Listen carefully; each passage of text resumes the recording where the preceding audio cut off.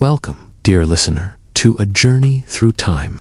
As you settle in for a peaceful sleep, allow yourself to be taken to a world far different from our own, the interesting, complex, and often misunderstood time known as the Middle Ages. Before we start this adventure, I invite you to pause for a moment, share in the comments where in the world you are listening from and what time of day it is for you. It's a wonderful thing about our modern age that we can connect across great distances and time zones, all while exploring the past together. And if you find yourself enjoying these calm trips into history, I encourage you to subscribe. That way, you can drift off to sleep with a bit of relaxing history whenever you feel like it. But for now, let us leave the present behind and let ourselves slip into a very different time and place. Imagine, if you will, that you are waking up, not in your comfortable, modern bed, but on a simple, straw mattress. You are in a small, dimly lit room with rough stone walls. The air is cool and heavy with the smell of wood smoke, earth, and maybe a hint of farm animals. The only sound is the soft crackle of a single candle flame, making shadows dance on the walls. Something is not quite right. And it isn't. For somehow, through some strange twist of fate or a dream, you have found yourself transported to medieval times. A chance to experience a different way of life, to walk in the footsteps of peasants and kings, to see the victories and struggles that shaped the world we know today. And all from the comfort and safety of your own bed. So, take a deep breath, let your body relax into the mattress, and allow your mind to drift back through the centuries, to a time of castles and cathedrals, of bravery and plague, of great faith and even greater change. Our journey begins in the English countryside, in a small village, much like the many others that were all over the landscape in the Middle Ages. Here, life moves with the rhythms of the land, the turning of the seasons, the rising and setting of the sun, the endless cycle of planting and harvesting. You find yourself living the life of a peasant farmer, one of the many people who worked from dawn to dusk to make a living from the soil. Your day begins before the first light of dawn, as you rise from your straw bed to the sound of a rooster's crow, a sound that has echoed through the centuries, unchanged. You dress simply in a rough tunic and pants, maybe with a wool cloak too. Keep away the morning chill. Your first job is to take care of the animals, feeding the chickens that peck around your feet, milking the goat that provides precious food for your family, and maybe getting the great ox ready that will help you plow the fields as you do your morning chores. Take a moment to breathe in the smells of this simple country life, the earthy smell of the animals, the sweet sharpness of the hay, the cool dampness of the earth under your feet. These are the smells of a life lived close to the land, a life of hard work and simple joys. Up. Together, you eat a simple breakfast of barley porridge and old bread, washed down with a cup of weak ale. The flavors are plain but filling, fuel for the long day of work ahead. As the sun rises over the horizon, painting the sky in shades of pink and gold, you set out for the fields. You are ready to begin the hard work that is the life of a medieval peasant. With your ox and plow, you turn the rich, dark earth, preparing it for planting crops: wheat, barley, rye, and oats. These are the basic foods that will feed you and your family through the long winter months. The work is hard, and the days are long. The ache in your muscles as you push yourself to keep up with the turning of the plow. But there is also a certain satisfaction in this work, a sense of purpose and place in the world. As a peasant, your life is not your own. Him, a part of your harvest in return for his protection. It is a simple deal, but one that defines the lives of millions across medieval Europe. But even in this simple life, as you work the fields, your mind might wander to the young boy running between the rows, laughing as he chases a butterfly or plays at sword fighting with a stick. You have no idea that this carefree child, born a peasant like you, is meant for greatness, for a rise to power that will shape the course of history. His name is William, and his story is one of the great tales of the Middle Ages, born into poverty and orphaned at a young age. Peasant boy, a chance to escape the life of hard work and service that is the fate of most. William grabs this chance with both hands, and military strategy.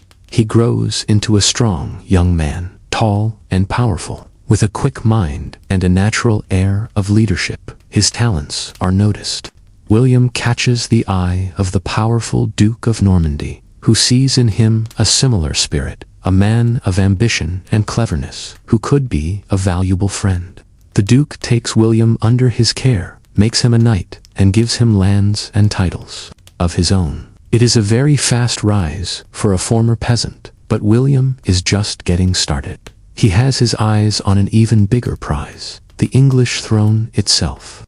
Through a mix of political moves, smart partnerships, and complete ruthlessness, William sets himself up as a claimant to the crown, and when the old English king dies without a clear heir, he takes his chance. In 1066, William gathers a huge army and sails across the English Channel, ready to stake his claim with blood and steel. His invasion force lands on the southern coast of England, where they are met by the English army, led by the new king, Harold Godwinson. Near the small coastal village, the two armies clash in a desperate fight for the fate of a nation. The English are strong enemies, fierce warriors who fight with the strength of men defending their homeland. They form an unbreakable shield wall, their battle axes and spears sticking out like the quills of a great hedgehog. For hours, they hold strong against the attack of the Norman cavalry, pushing back charge after charge. But William is a clever commander, and he has a trick ready. He orders his cavalry to pretend to retreat, drawing the English out from their defensive positions. Then, when the moment is right, he turns his horsemen around and charges, smashing into the exposed English sides. It is a devastating move, and it turns the tide of the battle. By the end of the day, the field is covered with the bodies of the dead, and the English army is in full retreat. King Harold himself is dead, struck down by an arrow to the eye. William stands victorious, the crown of England now firmly in his reach. On Christmas Day, 1066, he is crowned king in Westminster Abbey, starting a new era of Norman rule that will change the country forever. The Norman conquest, as it comes to be known, is a turning point in English history. It brings with it big changes to the language, culture, and power structures of the nation.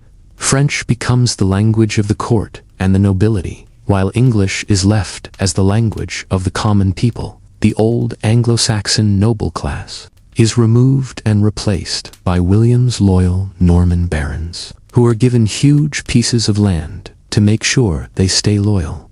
These barons waste no time in showing their new power and status. Across the countryside, the landscape begins to change as the Normans start a massive program of castle building.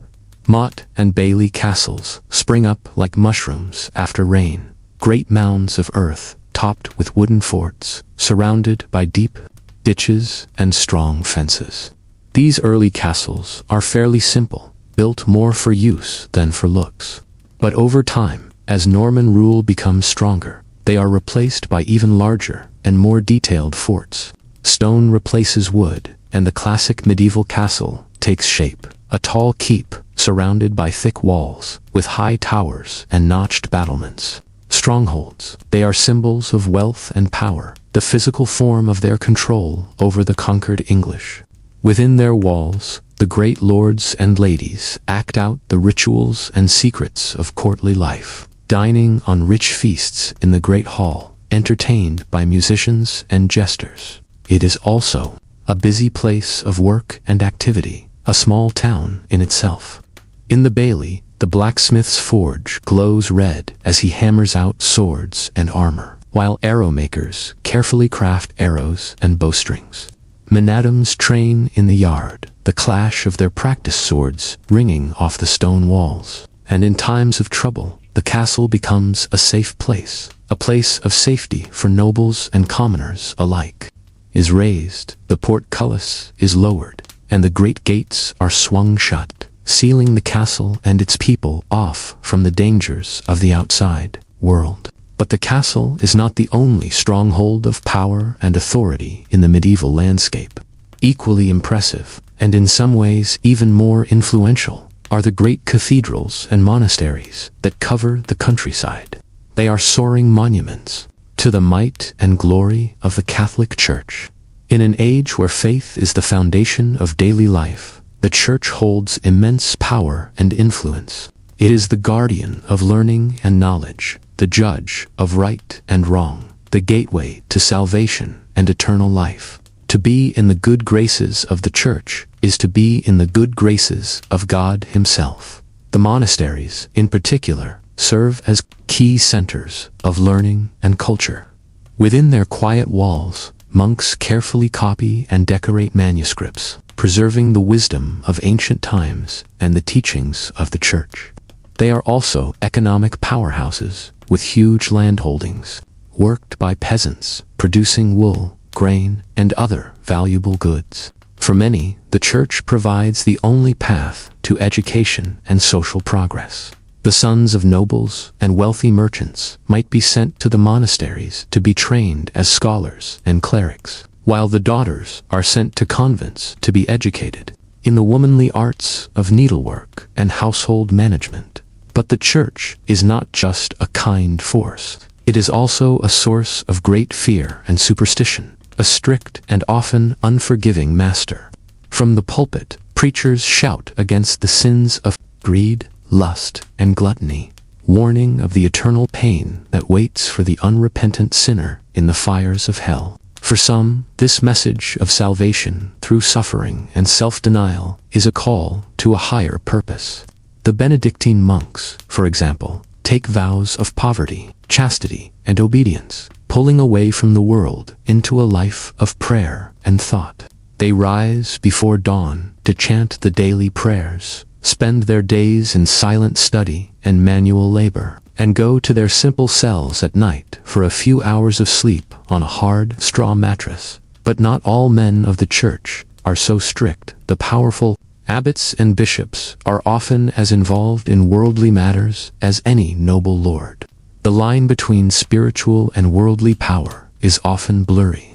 Urban II issues a call to arms, urging the knights of Europe to take up the cross and start a holy mission to free Jerusalem and the Holy Land from Muslim rule. It is a clear call that will echo across the centuries, setting off a series of wars that will shape the course of history.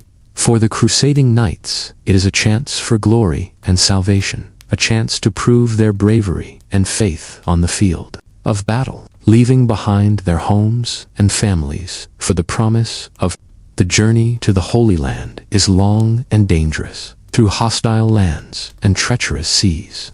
Many never make it, falling victim to disease, starvation, or the swords of the enemy. And when they finally reach Jerusalem, they find a city already soaked in blood and sorrow. The Crusaders capture the Holy City in 1099, after a brutal siege that leaves the streets running red with the blood of the slain. They establish a series of Christian kingdoms in the Levant, but holding this distant land is a constant struggle against a determined Muslim enemy. More crusades follow over the next 2 centuries, each trying to support the fragile gains of the last. For the people of the Holy Land, caught between the warring sides, the Crusades are a time of great suffering and chaos. Villages are burned, crops are destroyed, innocent lives are lost in the crossfire of holy war, bearing bitter fruit for generations to come. But the Crusades also have unplanned effects. They expose Europeans to the riches and sophistication of the East, to new ideas and ways of thinking that will help to fuel the great intellectual and artistic awakening of the Renaissance. Crusaders return home with spices, silks, and other exotic goods, stoking the fires of trade and commerce. The world, once so vast and mysterious, begins to shrink. The horizons of what is possible expand with each passing year. But for the common people of Europe, life remains a daily struggle, a constant battle against hunger, disease, and the whims of fate. Even as the great tides of history sweep across the continent, century, a new and terrifying threat emerges from the east, a plague that will leave no corner of Europe untouched. It starts as a rumor, whispers of a strange sickness that strikes down young and old alike, leaving entire cities choked with the dead. When the plague arrives in 1347, carried on ships from the Crimea, it spreads like wildfire. The disease is carried by fleas on the backs of rats, and it moves with frightening speed, jumping from port to port, town to town, leaving a trail of destruction in its wake. The symptoms are horrific: fever and chills, vomiting and diarrhea, the telltale swollen black buboes that give the plague its name. Most who get the disease die within days, their bodies piled in the streets to be collected by the death carts that roll through the towns and villages. Panic and despair grip the people. Some flee to the countryside, hoping to escape the sickness. But the plague follows them, striking down whole families, whole villages. Others turn to superstition and blaming Jews or witches for the disaster. The death toll is staggering. By the time the worst has passed, between a third and a half of Europe's population has died. Fields lie empty for want of workers to tend them. Entire towns are abandoned to the rats and the weeds. The social and economic impact is deep and far-reaching. In the aftermath of the plague, labor is suddenly in short supply.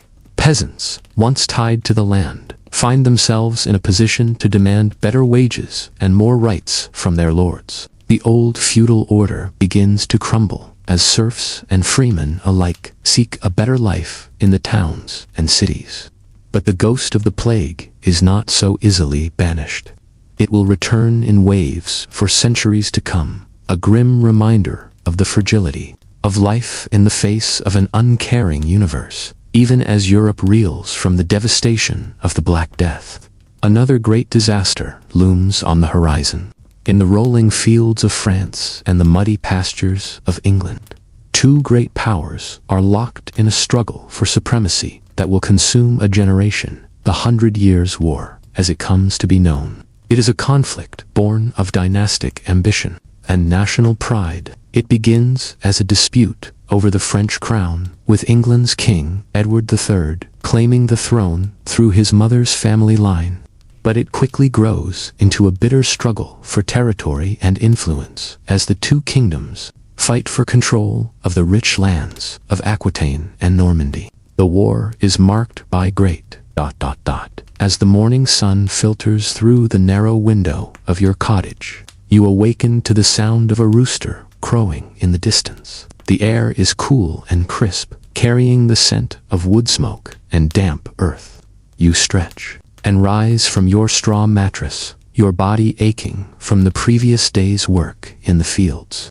Life as a medieval peasant is not easy, but it is the only life you have ever known. You are just one small piece in the great, layered puzzle of medieval society, bound by duty and tradition. You splash some cold water on your face from a wooden basin and put on a simple woolen tunic and pants. There is no time to wait. There are animals to feed, crops to tend, and 1,000 other tasks that need your attention. You break your fast with a simple meal of stale bread and weak ale, the basic foods of the peasant diet. As you step out into the muddy lane that runs through your village, you are greeted by the sights and sounds of daily life in the Middle Ages. The blacksmith's hammer rings out as he works over his anvil, shaping iron into tools and horseshoes. The baker pulls loaves of bread from his clay oven, their smell drifting through the crisp morning air. Children run between the timber-framed houses, laughing and playing with simple wooden toys. At the center of the village stands the small stone church, its bell tolling to mark the hours of prayer. The church is the heart of village life. providing not only spiritual guidance, but also serving as a place of safety and community gathering. The local priest is one of the few people in the village who can read, and he serves as a link to the wider world beyond the manor. Beyond the village lie the strip fields, where you and your fellow peasants work to raise crops for your own food and to pay your rents and tithes to your lord. The work is backbreaking and never-ending, but there is a certain satisfaction in coaxing life from the soil and watching the crops grow tall and strong under the summer sun. As you work, you might share news and gossip with your fellow laborers, talk of the weather, the health of the livestock, the latest orders from the Lord's manor house. In a world where most people live and die within a few miles of their birthplace, even small pieces of information from beyond the village are precious. Life is hard, but it is not without its small joys and comforts. In the evenings, you might gather with your family and friends around the fire, telling stories and singing songs passed down through generations. On holy days and festivals, there is music and dancing, a chance to set aside the daily work and celebrate the turning of the seasons. But even as you go about your daily routines, you cannot escape the reminders of the rigid social order that structures medieval life. Everywhere, there are signs of the power and wealth of the nobility and the church in the grand manor houses and monasteries that dot the landscape, in the fine clothes and rich foods enjoyed by the elite, in the respect demanded by your social superiors. And yet, change is coming to the medieval world, even if it is not yet clear to those living through it. New ideas and technologies are beginning to spread, wearing away old certainties. The growth of towns and trade is giving rise to a new middle class, one that will challenge the traditional hierarchy. The plague that periodically sweeps through the land, leaving destruction in its wake, also loosens the bonds of feudalism, as labor becomes scarce and peasants gain some bargaining power. But for now, as you work in the fields and live out your life in the small world of your village, the medieval order remains intact. Your place in it is fixed, your duties and obligations clear. You are a part of a great chain of being, a link between the soil and the heavens, the earthly and the eternal. As the sun begins to set over the fields, you make your way back to your cottage, your body tired but your heart full. You have lived another day in the medieval world, a world of hardship and struggle, but also of community and tradition. As you drift off to sleep on your straw mattress, you dream of a world beyond the limits of your village, a world of castles and cathedrals, of knights and ladies, of adventure and glory. But for now, that world remains just out of reach, a shimmering vision in the twilight of your mind. The next day brings more of the same, the endless cycle of planting and harvesting, of tending to animals and mending fences. But even in the middle of this daily routine, there are moments of beauty and grace, the sound of the church bell ringing out across the fields, calling the faithful to prayer, the sight of a hawk circling high overhead, framed against a cloudless blue sky, the laughter of children as they play in the village square, their voices echoing off the timber-framed houses. And always, there are the stories, tales of great heroes and saints, of miracles and wonders, passed down from generation to generation. In a world where most people cannot read or write, these stories are the lifeblood of culture, the threads that bind the community together.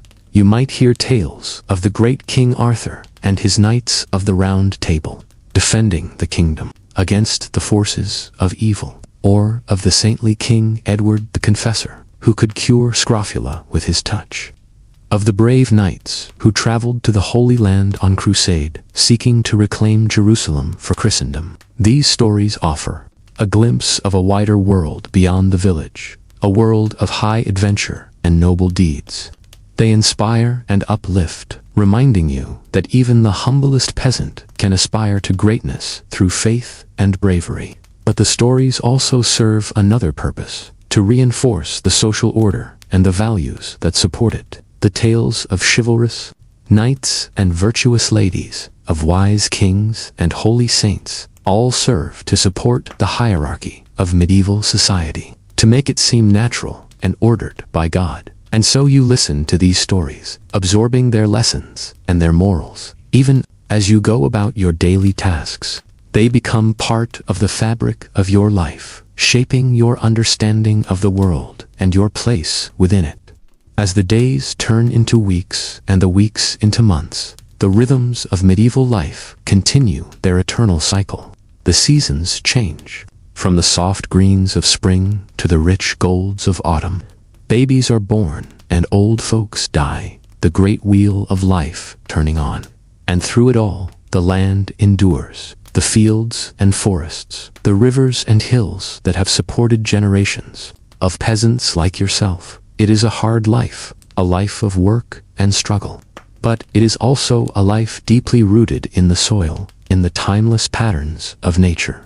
In moments of quiet thought, you might wonder about the mysteries of the world, the great questions that have puzzled humanity since the dawn of time.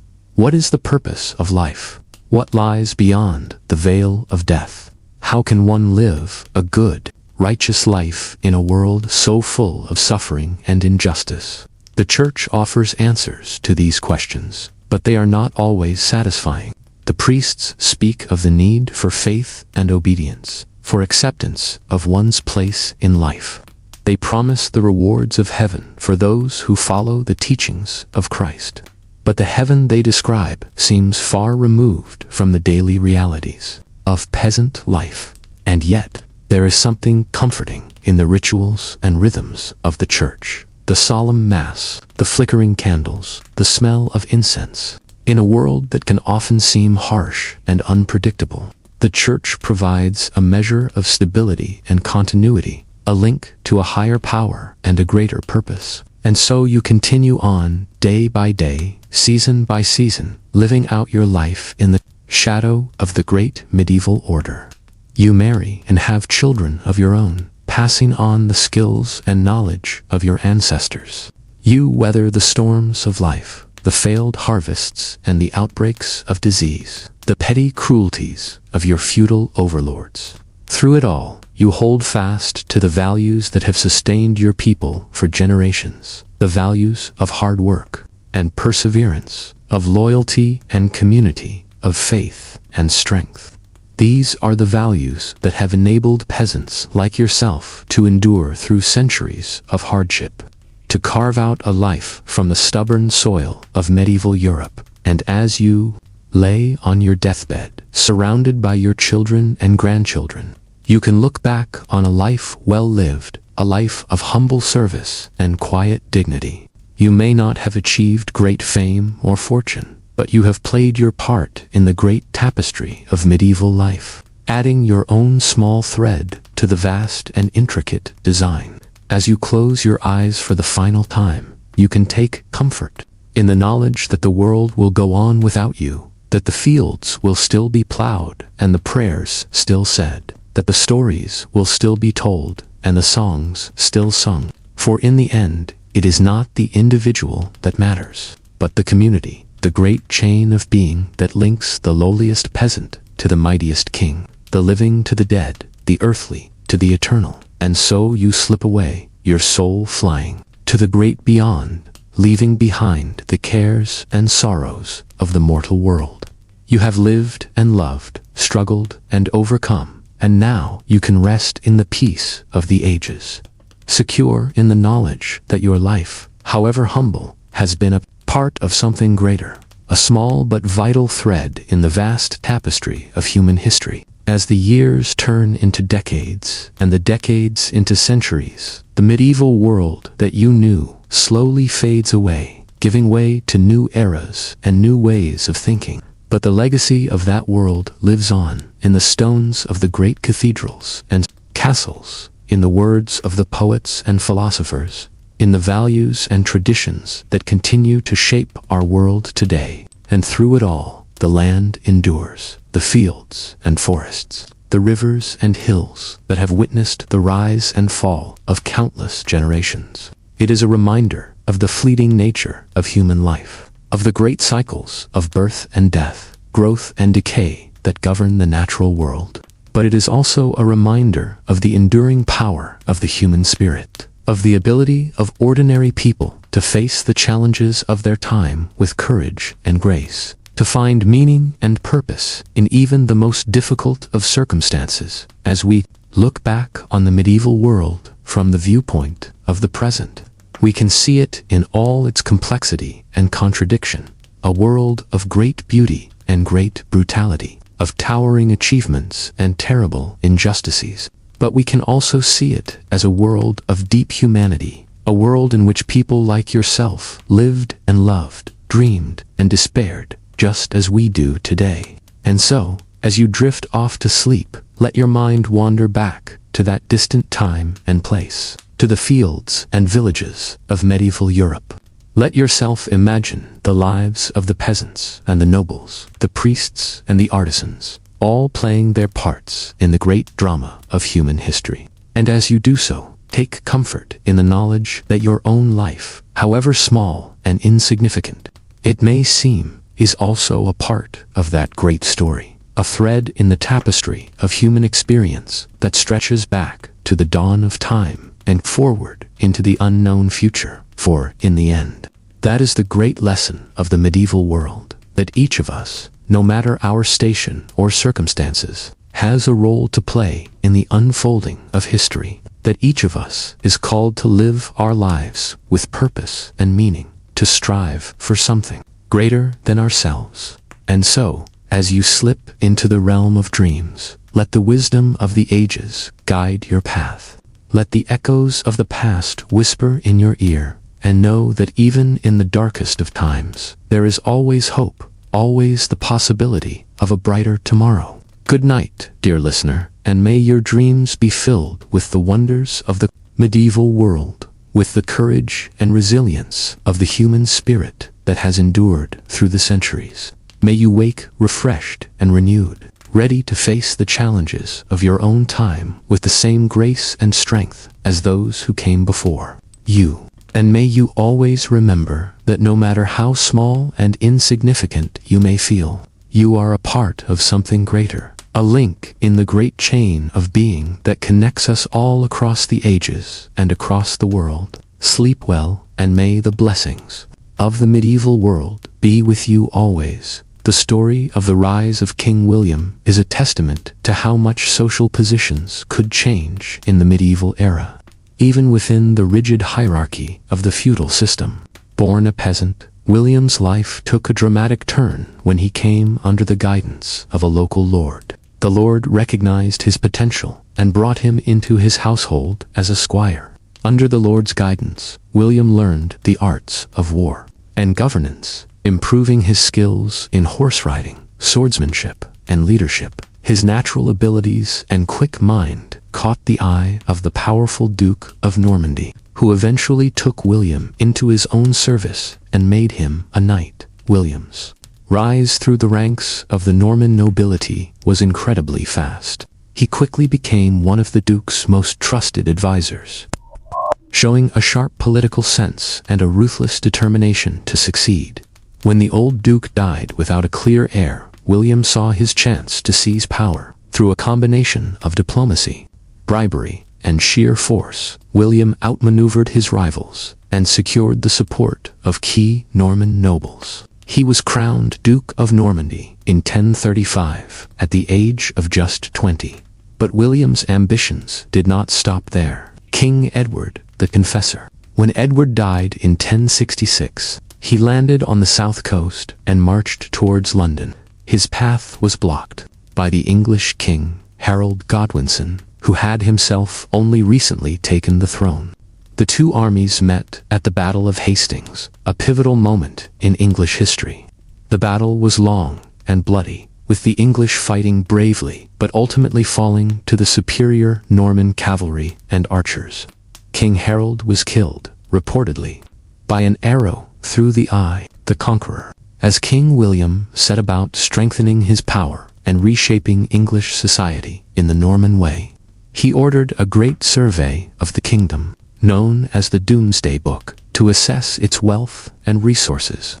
and he began a massive program of castle building to secure his rule and put down any potential resistance. But William's reign was not without its challenges. He faced repeated uprisings from unhappy English nobles, as well as invasions from the Scots and the Welsh. He struggled to balance the competing demands of his Norman and English subjects and to integrate the two cultures into a single whole through it all. However, William remained a formidable and effective ruler, known for his military skill, his political cleverness, and his fierce determination. He left a lasting legacy on English history, transforming the country's language, laws, and institutions, and setting the stage for centuries of Norman rule. The story of William the Conqueror is a reminder of the complex mix of individual action and historical forces that shaped the medieval world. But it is also a tale of the great tides of history, of the clash of cultures, and the forging of new identities. And so, as you drift off to sleep, let your mind linger on the image of William, the peasant, humble beginnings, and of the power of the human will to shape the world around us. Good night, and may the spirit of William the Conqueror guide your dreams and inspire you to seize your own destiny with the same courage and determination that he showed on the battlefields of medieval Europe. May you wake with a renewed sense of purpose and possibility, ready to make your own mark on the great tapestry of human history. The medieval world is beginning to stir with new ideas, new possibilities. But for most, daily life remains a familiar routine of hard work and simple joys. You're a craftsman in a bustling town, rising with the sun to begin your work. The streets are already alive with activity as you make your way to your workshop. Bakers pull steaming loaves from their ovens, the aroma of fresh bread mixing with the smell of the open sewers. Hawkers cry out their goods, fresh fish, ripe cheeses, newly dyed cloth in bright colors. In your workshop, you set to your task, skillfully carving wood or shaping metal. Perhaps you're a carpenter, crafting sturdy furniture and the beams for the new houses popping up as the town grows. Your craft is your livelihood and your pride. You learned it from your father, as he did from his, skills passed down through generations. Your pieces are popular in the town market and beyond. Merchants carry them to faraway cities and even to other countries. A fine table you made sits in the hall of the local manor. As you work, the town life swirls around you. The ringing of church bells marks the hours of prayer. A procession of monks passes by, chanting in Latin in the town square. A jester entertains a crowd with rude jokes and magic tricks, his colorful costume a splash of brightness against the half-timber-bird houses. Occasionally, excitement ripples through the town court of a new kind of learning stirring in the universities. Some of these new ideas trickle down to your workshop. A learned client requests a classical design carved into his bookcase. A painter friend experiments with the rules of perspective, creating astonishingly lifelike scenes. A well-traveled merchant describes the water-driven machines he saw in the Arab lands, sparking your imagination. Will you finish the big order in time for the fair? Will your son prove as skilled at the craft as you hope?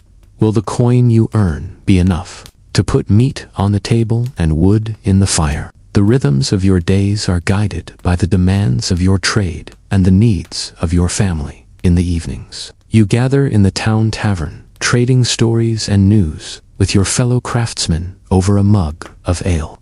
The concerns of kings and popes seem far away, though you dutifully pray for their souls and pay your tithes. Your world is here, in the town you've known all your life, in the work of your hands and the faces of your loved ones. As night falls, you make your way home, the streets quieting as shutters are drawn and candles are put out. In your small but tidy house, you share a simple meal with your family, a stew of vegetables and barley, a piece of bread, perhaps a bit of cheese or sausage. You give thanks for the day's blessings, uncertainties, but it is a life of purpose and of pride, shaped by the traditions of your craft and the bonds of your community. As you drift off to sleep, the soft breathing of your loved ones around you, you dream of the work you'll do tomorrow and the days after that. The Renaissance is coming, with all its chaos and its glory. But for now, in this moment, there is peace. The peace of a job well done, a family well loved, a place in the world, however humble, that is yours. It's a peace hard-earned by generations before you, a peace you'll pass on to those who come after. So rest now. Craftsmen of the Middle Ages, rest and dream of a world that is ending and a world that is yet to be. The dawn will come, as it always does, and with it another day to make your mark, however small, on the pages of history. Sleep as your ancestors slept, and your descendants will sleep under the same stars, dreaming the same dreams. The eternal human dream of a life lived with meaning, with skill, with love. The dream that carries us through the ages, from the distant past to the unknown future. The dream that connects us all in the end, no matter the time or the place. The dream of home, of purpose, of peace. And so we leave you, drifting gently into the waiting arms of sleep. As the soft sounds of the medieval town fade into the distance, the murmur of the crowd, the clang of the blacksmith's hammer, the call of the crier, all melt away into the hush of night. In their place, the timeless lullaby of history whispers through the darkness. The soft footsteps of the generations who came before, the gentle breathing of those yet to come, all joined in the endless dance of time, rising and falling like the tides, like the phases of the moon. And through it all, the human spirit endures, constant as the northern star. The spirit of creativity, of community, of hope. The spirit that built the cathedrals and the castles, that lit up the manuscripts and the stained glass. The spirit that dreamt of a better world, even in the darkest of times.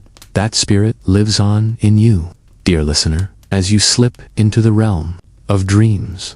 It connects you to the craftsman in his workshop, to the monk in his study, to the peasant in his field, to all those who came before, and all those who will follow. So let that connection comfort you as you drift off into the peaceful oblivion of sleep. Let it remind you that you are part of something greater, something enduring, that your story, however small it may seem, is woven into the grand tapestry of human history. And let it give you strength to face the challenges of your own time, your own life, the strength to build, to create, to dream, to leave your own mark on the world, however humble, however fleeting. For that is the lesson of the medieval craftsman and of all those who came before and after him, that each life, each moment has meaning, that each of us has a role to play, a contribution to make in the great unfolding story of humanity. So play your part, dear listener, with skill and with love. Build your own cathedrals, whether of stone or of spirit. Light up your own manuscripts with the light of your unique vision. And when the night comes, as it must for all of us, rest easy in the knowledge that you have lived and loved and left your mark, that you have been a part of the human story in all its sorrow and all its glory. Good night, dear time traveler. Good night, and may your dreams be filled with the wonders of the ages and the quiet contentment of a life well lived. May you wake to a world made a little brighter by your presence, a little richer by your gifts. And may the echoes of the medieval craftsman's workshop, and of all the workshops and all the workers of history, sound softly in your sleeping ears. A gentle reminder of the endless cycle of creation and rest, of labor and peace, that marks the turning of the great wheel of time. Sleep now and dream. Dream of ages past and ages yet to come.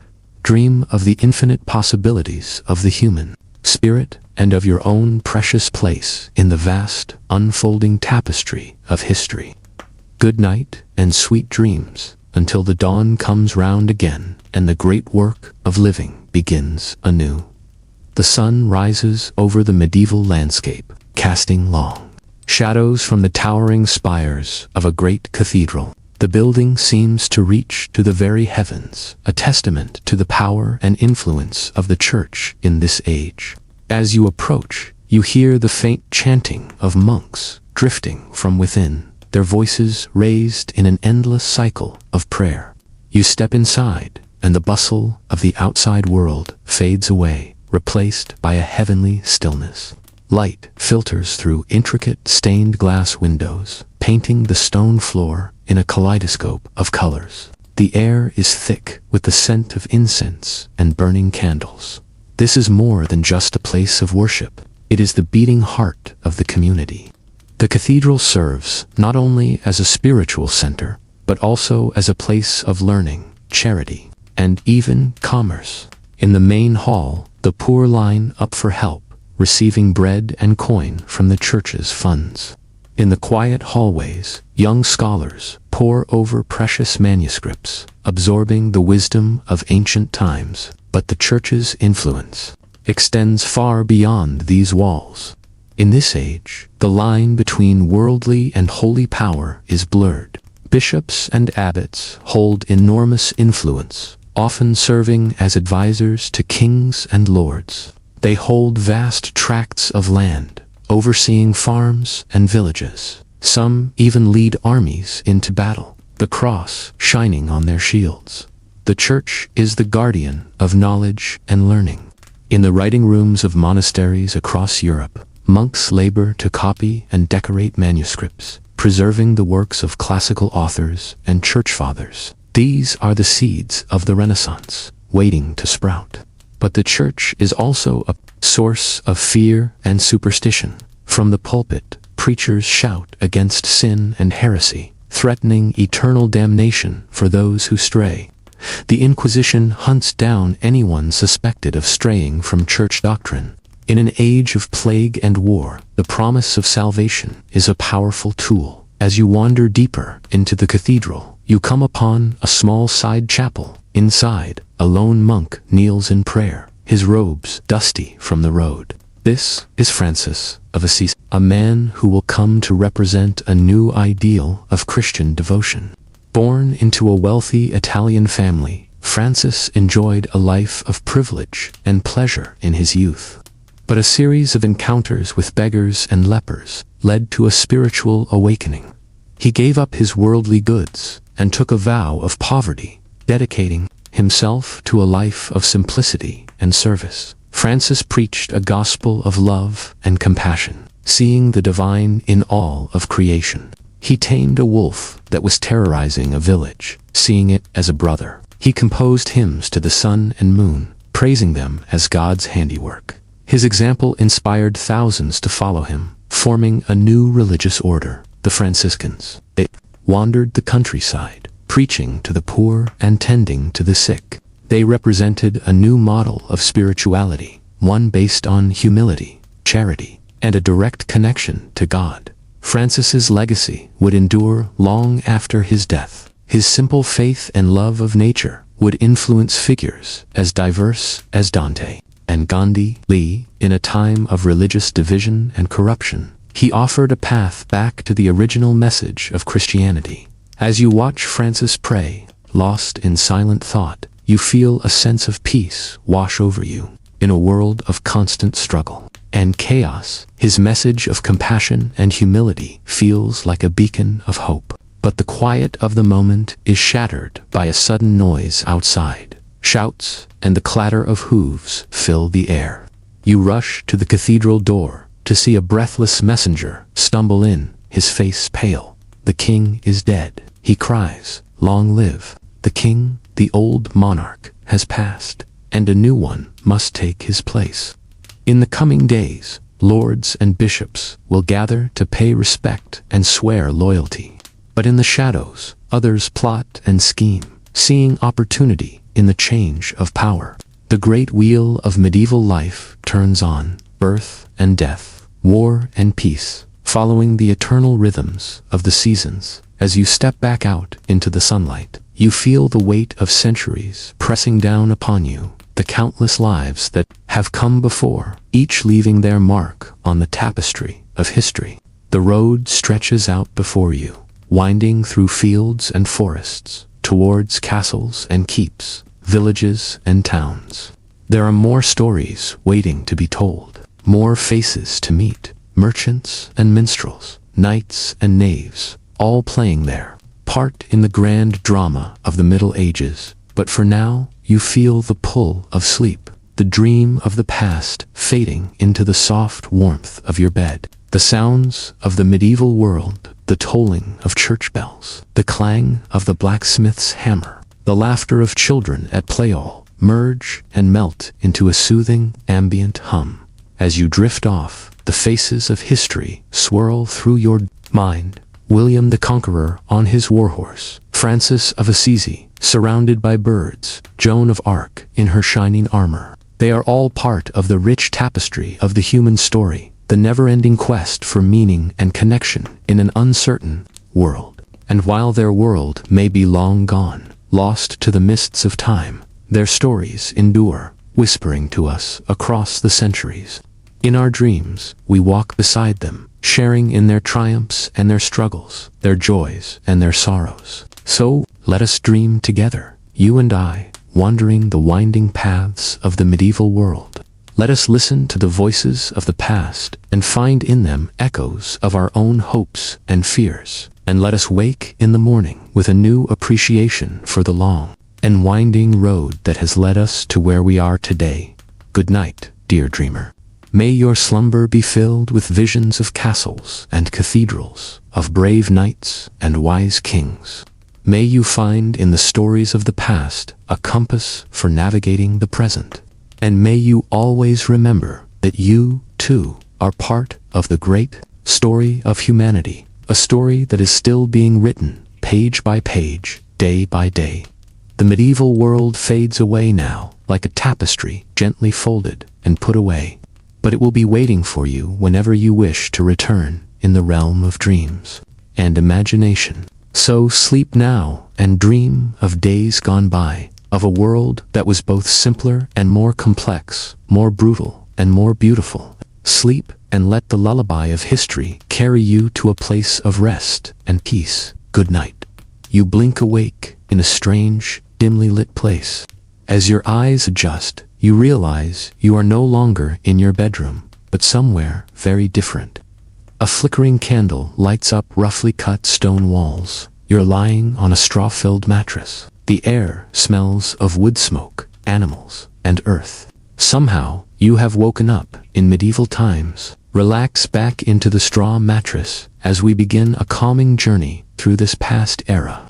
We will walk in the footsteps of kings, peasants, merchants, and monks. Let the rich tapestry of medieval life gently unfold as you drift off to a deep slumber. You have awoken as a peasant farmer in a small English village. It's just before dawn, and the rooster crows, the same as it has for hundreds of years. You rise from your simple straw bed and pull on a simply spun tunic and pants. The first task of the day is tending to the animals, feeding the chickens, goats, and the enormous ox you use to pull the plow. The smells of hay, manure, and earth fill the air. You then join your family for a simple breakfast of barley porridge and stale bread in your small one-room cottage. The flavors are plain but hearty. As the sun rises, you head out to the fields to begin a long day of back-breaking work, plowing, planting, and harvesting crops of wheat, barley, and rye. The work is hard, but there is a certain peace in the rhythm of the seasons. Your life is simple, but you take pride in working the land for the local lord in exchange for protection. Little do you know, one young peasant boy running through these same fields will rise to become one of the most transformative kings in English history. That young boy's name is William. Born a peasant, through a remarkable turn of events, he finds himself in the care of a local lord who takes him on as a squire. William takes to his new role with energy, learning the arts of horse riding, swordsmanship, and leadership. He catches the eye of the powerful Duke of Normandy, who eventually makes him a knight. Through his wits, bravery, and a good deal of ruthlessness, William works his way into the Duke's inner circle.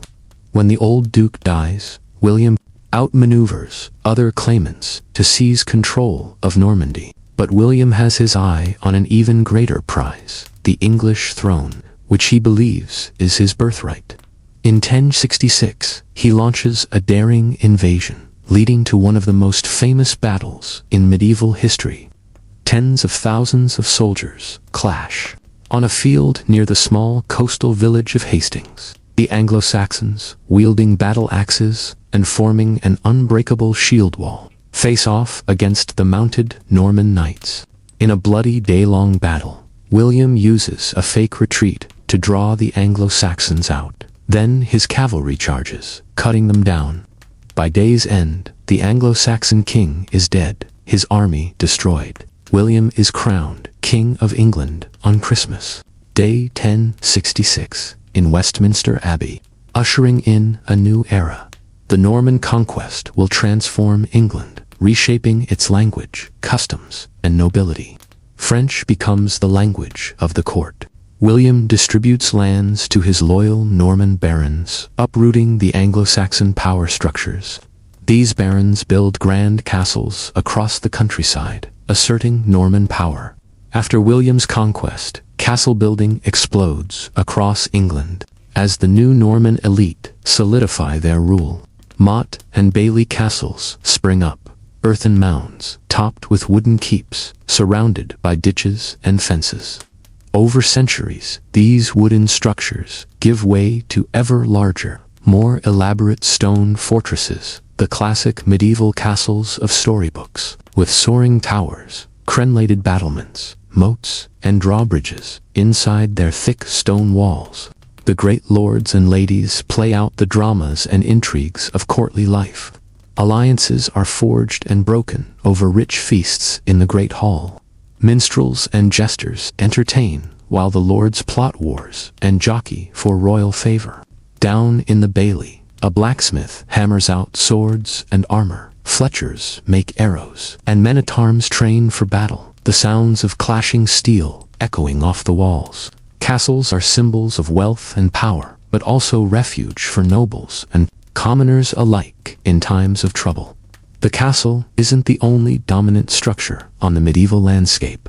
Soaring cathedrals and monasteries also rise across Europe, asserting the power and influence of the Catholic Church. Monasteries serve as centers of learning, where monks painstakingly copy and decorate manuscripts, preserving classical knowledge. They are also economic powerhouses, with vast landholdings worked by peasants. For many, the Church provides education, charity, and the promise of eternal salvation. But it also instills the fear of sin and damnation.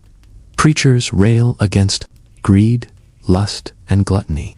Some, like the Benedictine monks, withdraw from the world into a life of prayer, chastity, and poverty. Others, like the powerful abbots and bishops, engage in worldly politics and even lead armies into battle. The line between worldly and sacred power is blurry. Kings and popes fight for supremacy. Holy wars are launched to reclaim Jerusalem. And Pope Urban II calls on the Knights of Europe to embark on a holy mission to free Jerusalem and the Holy Land from Muslim rule. Thousands take up the cross, sewing it onto their garments as a sign of devotion. The Crusaders captured Jerusalem in 1099 in a bloody struggle, establishing Christian kingdoms in the Levant. But holding this distant territory is a constant battle. More crusades follow over the next 2 centuries. For the crusading knights, it's a chance for glory, adventure, and salvation. But it's also a brutal, bloody conflict that sows seeds of religious hatred between Christians and Muslims. The Crusades also expose Europeans to the riches and sophistication of the East.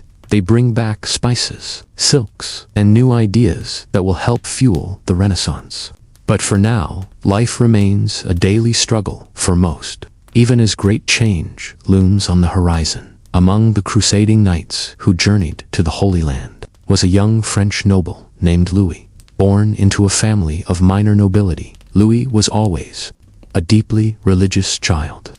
As a youth, he spent hours in prayer and devotion, much to his father's dismay, who wanted him to focus on the arts of warfare and statecraft. But when Pope Urban's call for the First Crusade reached their castle, Louis knew his destiny had arrived.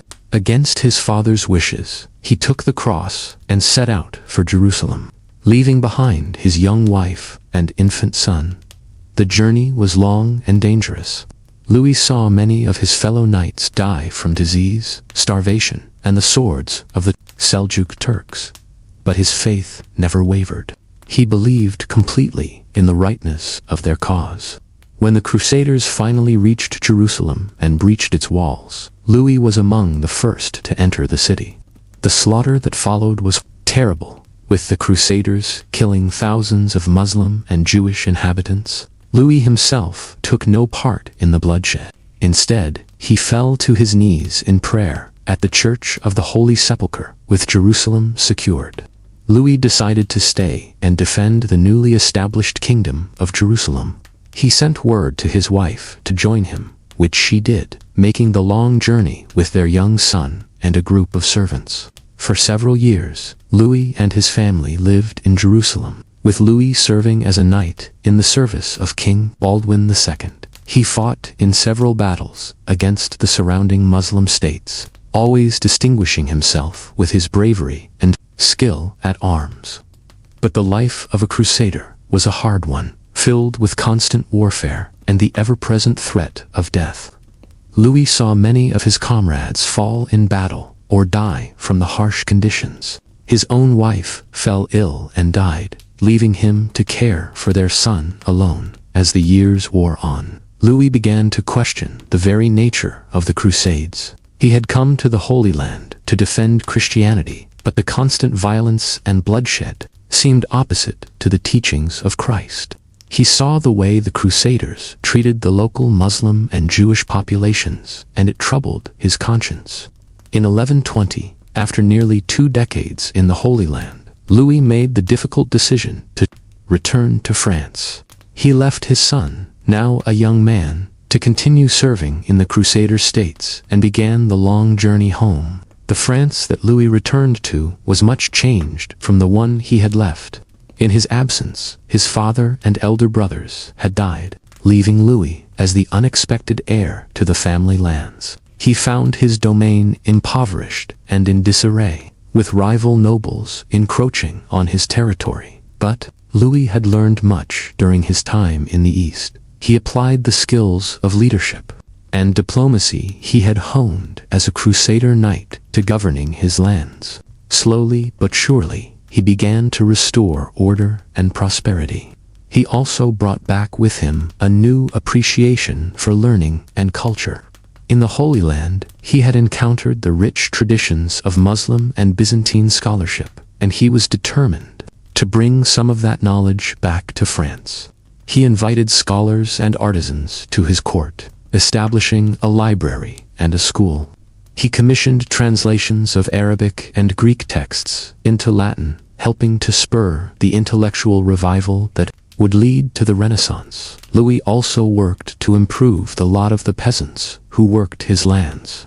Having seen firsthand the suffering and hardship that was so common in the medieval world, he tried to be a just and compassionate lord. He reduced taxes, improved infrastructure, and established a system of courts to settle disputes fairly.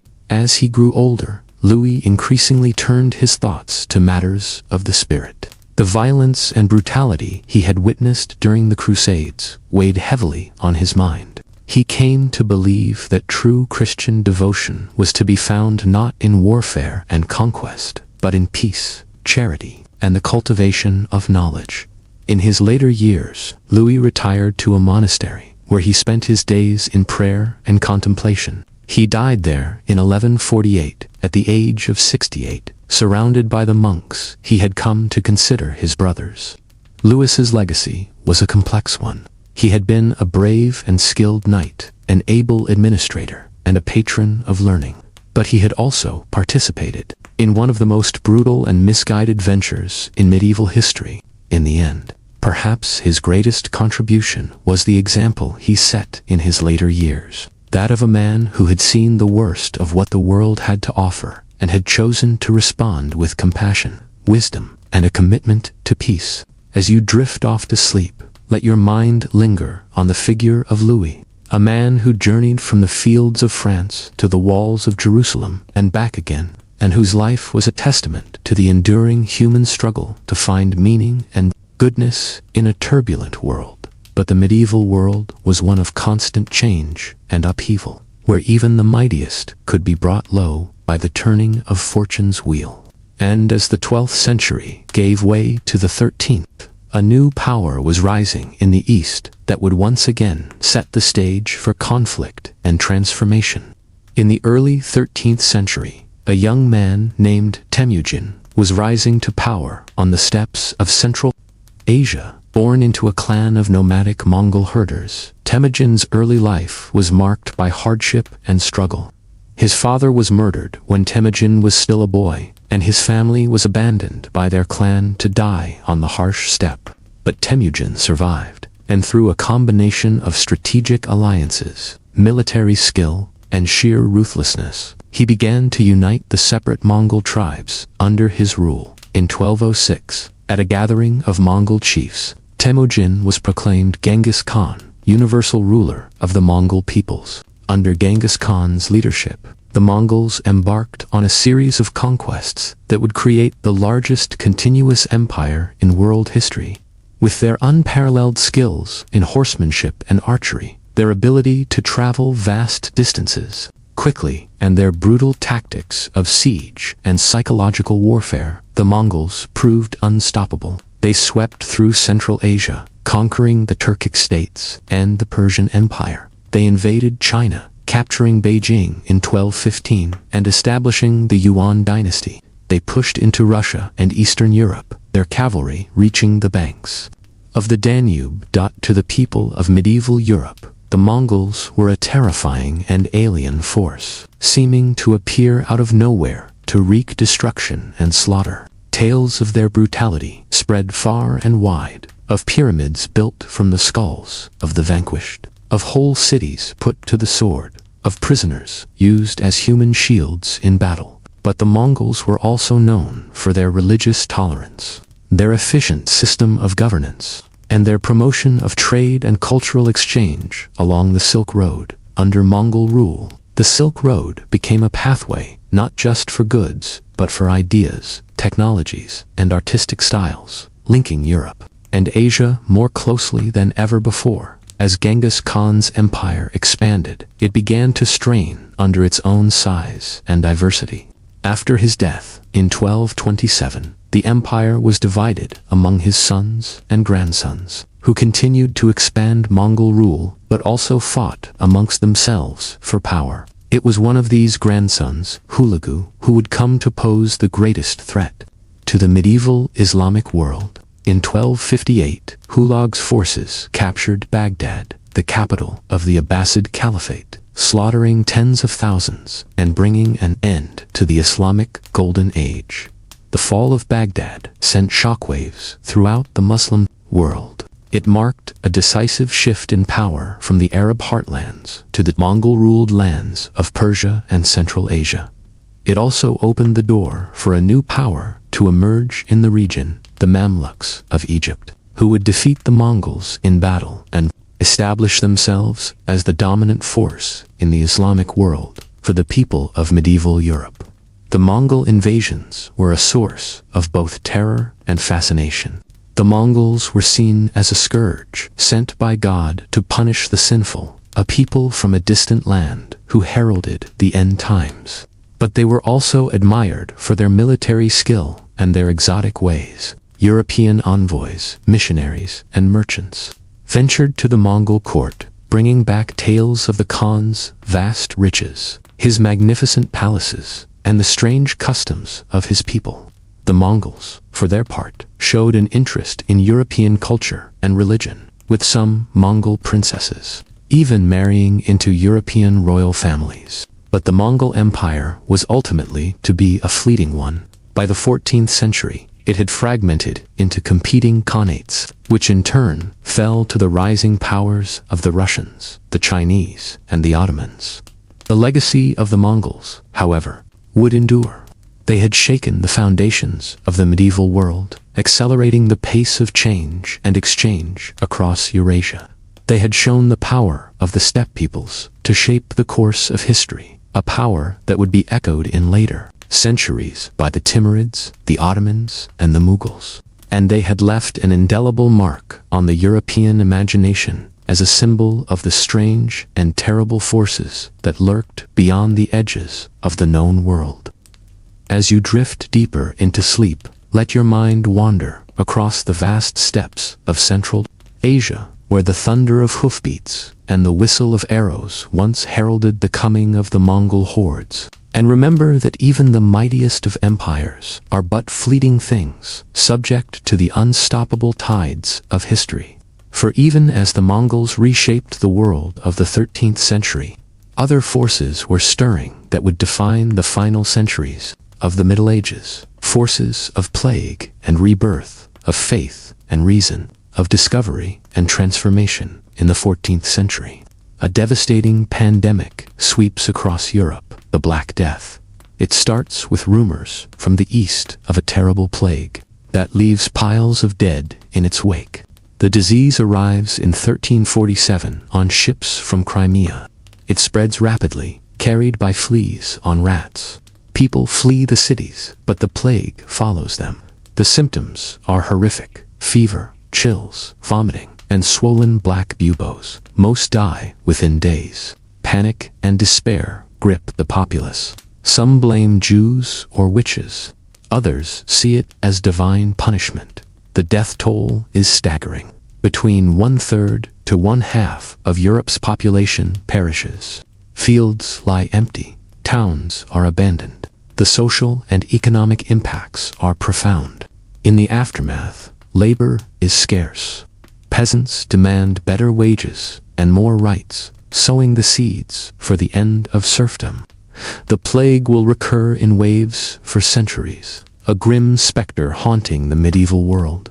One of those who lived through the first terrible wave of the Black Death was a young Italian man named Giovanni. Born into a family of wealthy Florentine merchants, Giovanni had always been a bright child, with a quick mind and an insatiable curiosity about the world. When the plague struck Florence in 1348, Giovanni was just 18 years old. He watched in horror as the disease ravaged his city, claiming the lives of his friends, his neighbors, and finally, his own parents and siblings. Grieving and alone, Giovanni threw himself into his studies as a way to cope with his grief. As the sun sets on another day in the medieval world, the bustling streets and fields grow quiet. Farmers and craftsmen return to their humble homes, while nobles retire to their grand chambers high in the castle keeps. In a small thatched roof cottage, a family gathers around the hearth for the evening meal. The fire crackles, casting a warm glow over their faces as they break bread and share a simple stew of vegetables and barley. The father, a weathered peasant with calloused hands, says a brief prayer of thanks for the food and for another day of life and health.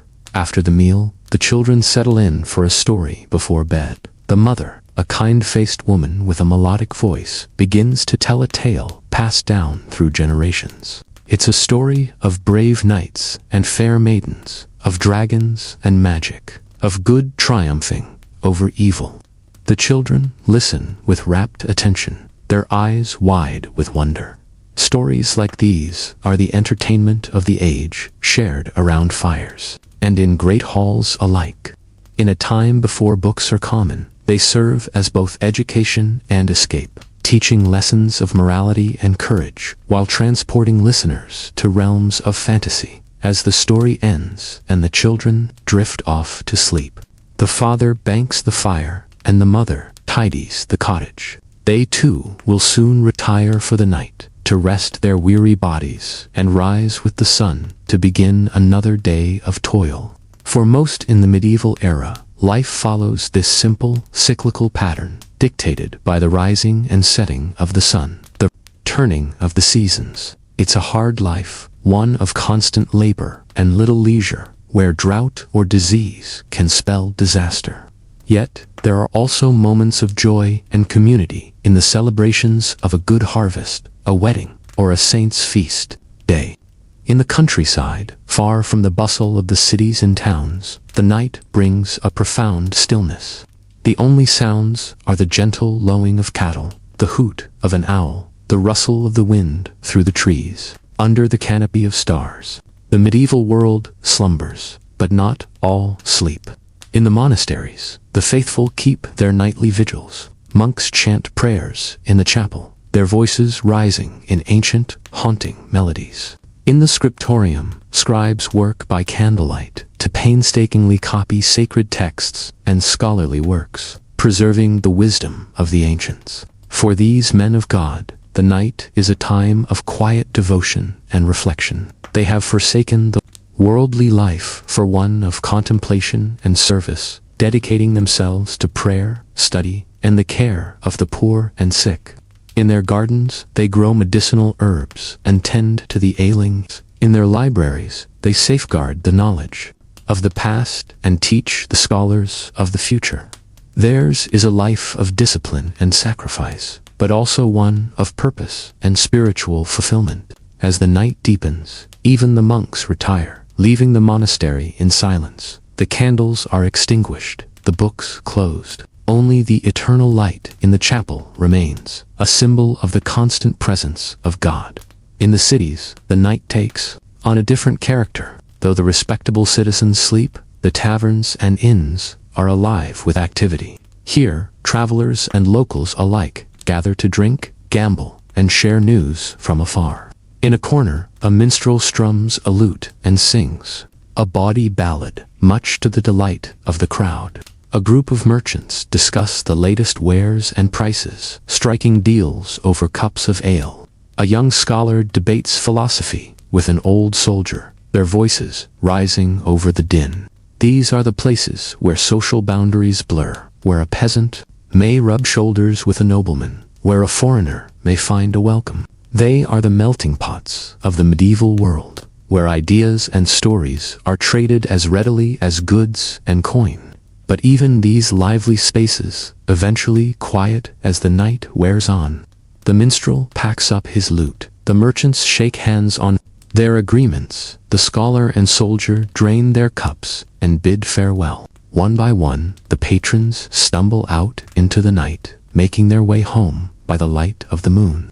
In the castle, the lord and lady sleep in their opulent bedchamber, attended by servants. For them, comfort and security are a given, their power and wealth ensuring a life far removed from the struggles of the common folk. But even they are not immune to the darker aspects of medieval life. Political intrigue, war, and disease respect no rank. A noble life can be snuffed out as quickly as a peasant's by a blade in the dark, a festering wound, or a sweeping plague.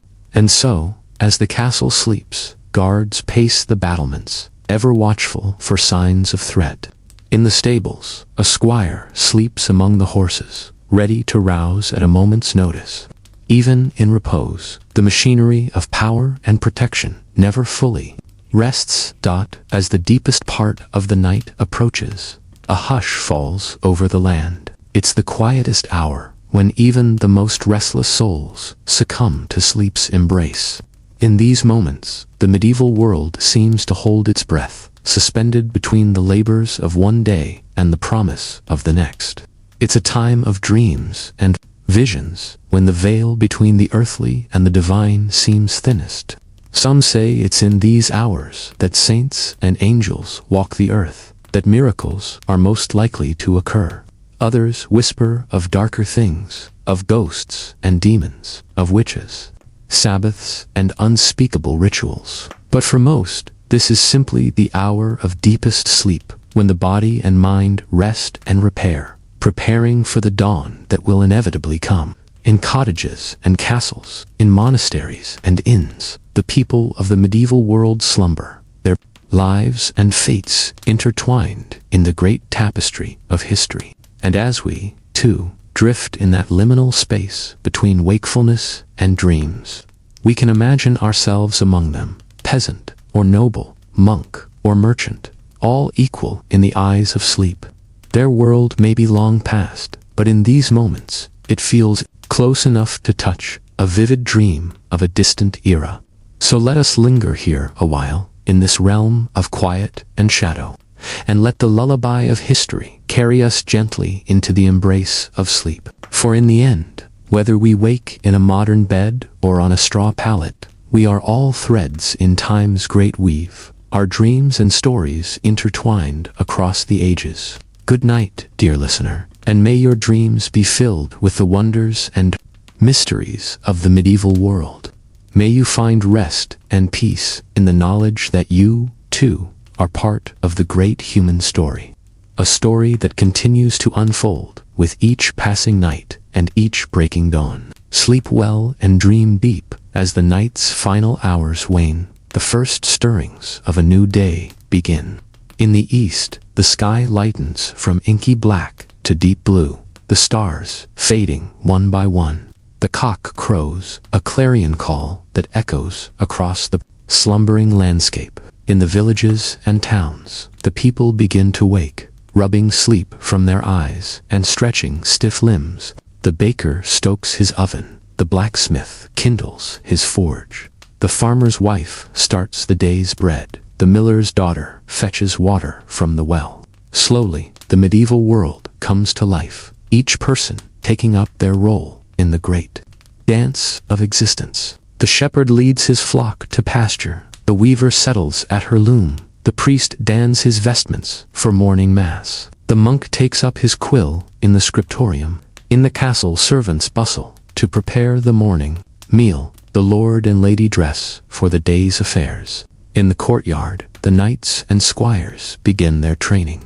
The clang of sword on shield ringing out in the crisp morning air. And so, as one day ends, another begins, the cycle endlessly repeating. The medieval world is a place of constant motion, of birth and death, of sowing and reaping, of war and peace. It's a world of great hardship and great beauty, of cruelty and kindness, of ignorance and wisdom. For those who call it home, it's the only world they know, the backdrop against which their lives and loves, their triumphs and tragedies play out. They navigate its challenges and cherish its joys, finding meaning and purpose in the roles they've been given, in the beliefs they hold dear. And for us, looking back across the centuries, it's a world that fascinates and intrigues, that repels and attracts. We marvel at its accomplishments and recoil at its brutalities. We seek to understand its mysteries and learn from its lessons. In the end, perhaps the medieval era is not so different from our own, a time of great change and upheaval, of conflict and progress, of individuals striving to make their way in a world they can't fully control or comprehend. And just as we look back on their time with a mix of nostalgia and critique, of admiration and horror, so too might future generations look back on ours. We, too, are living in a story still being written, our actions and choices shaping the course of history in ways we can only dimly perceive. So, perhaps the greatest lesson the medieval world can teach us is one of humility and perspective.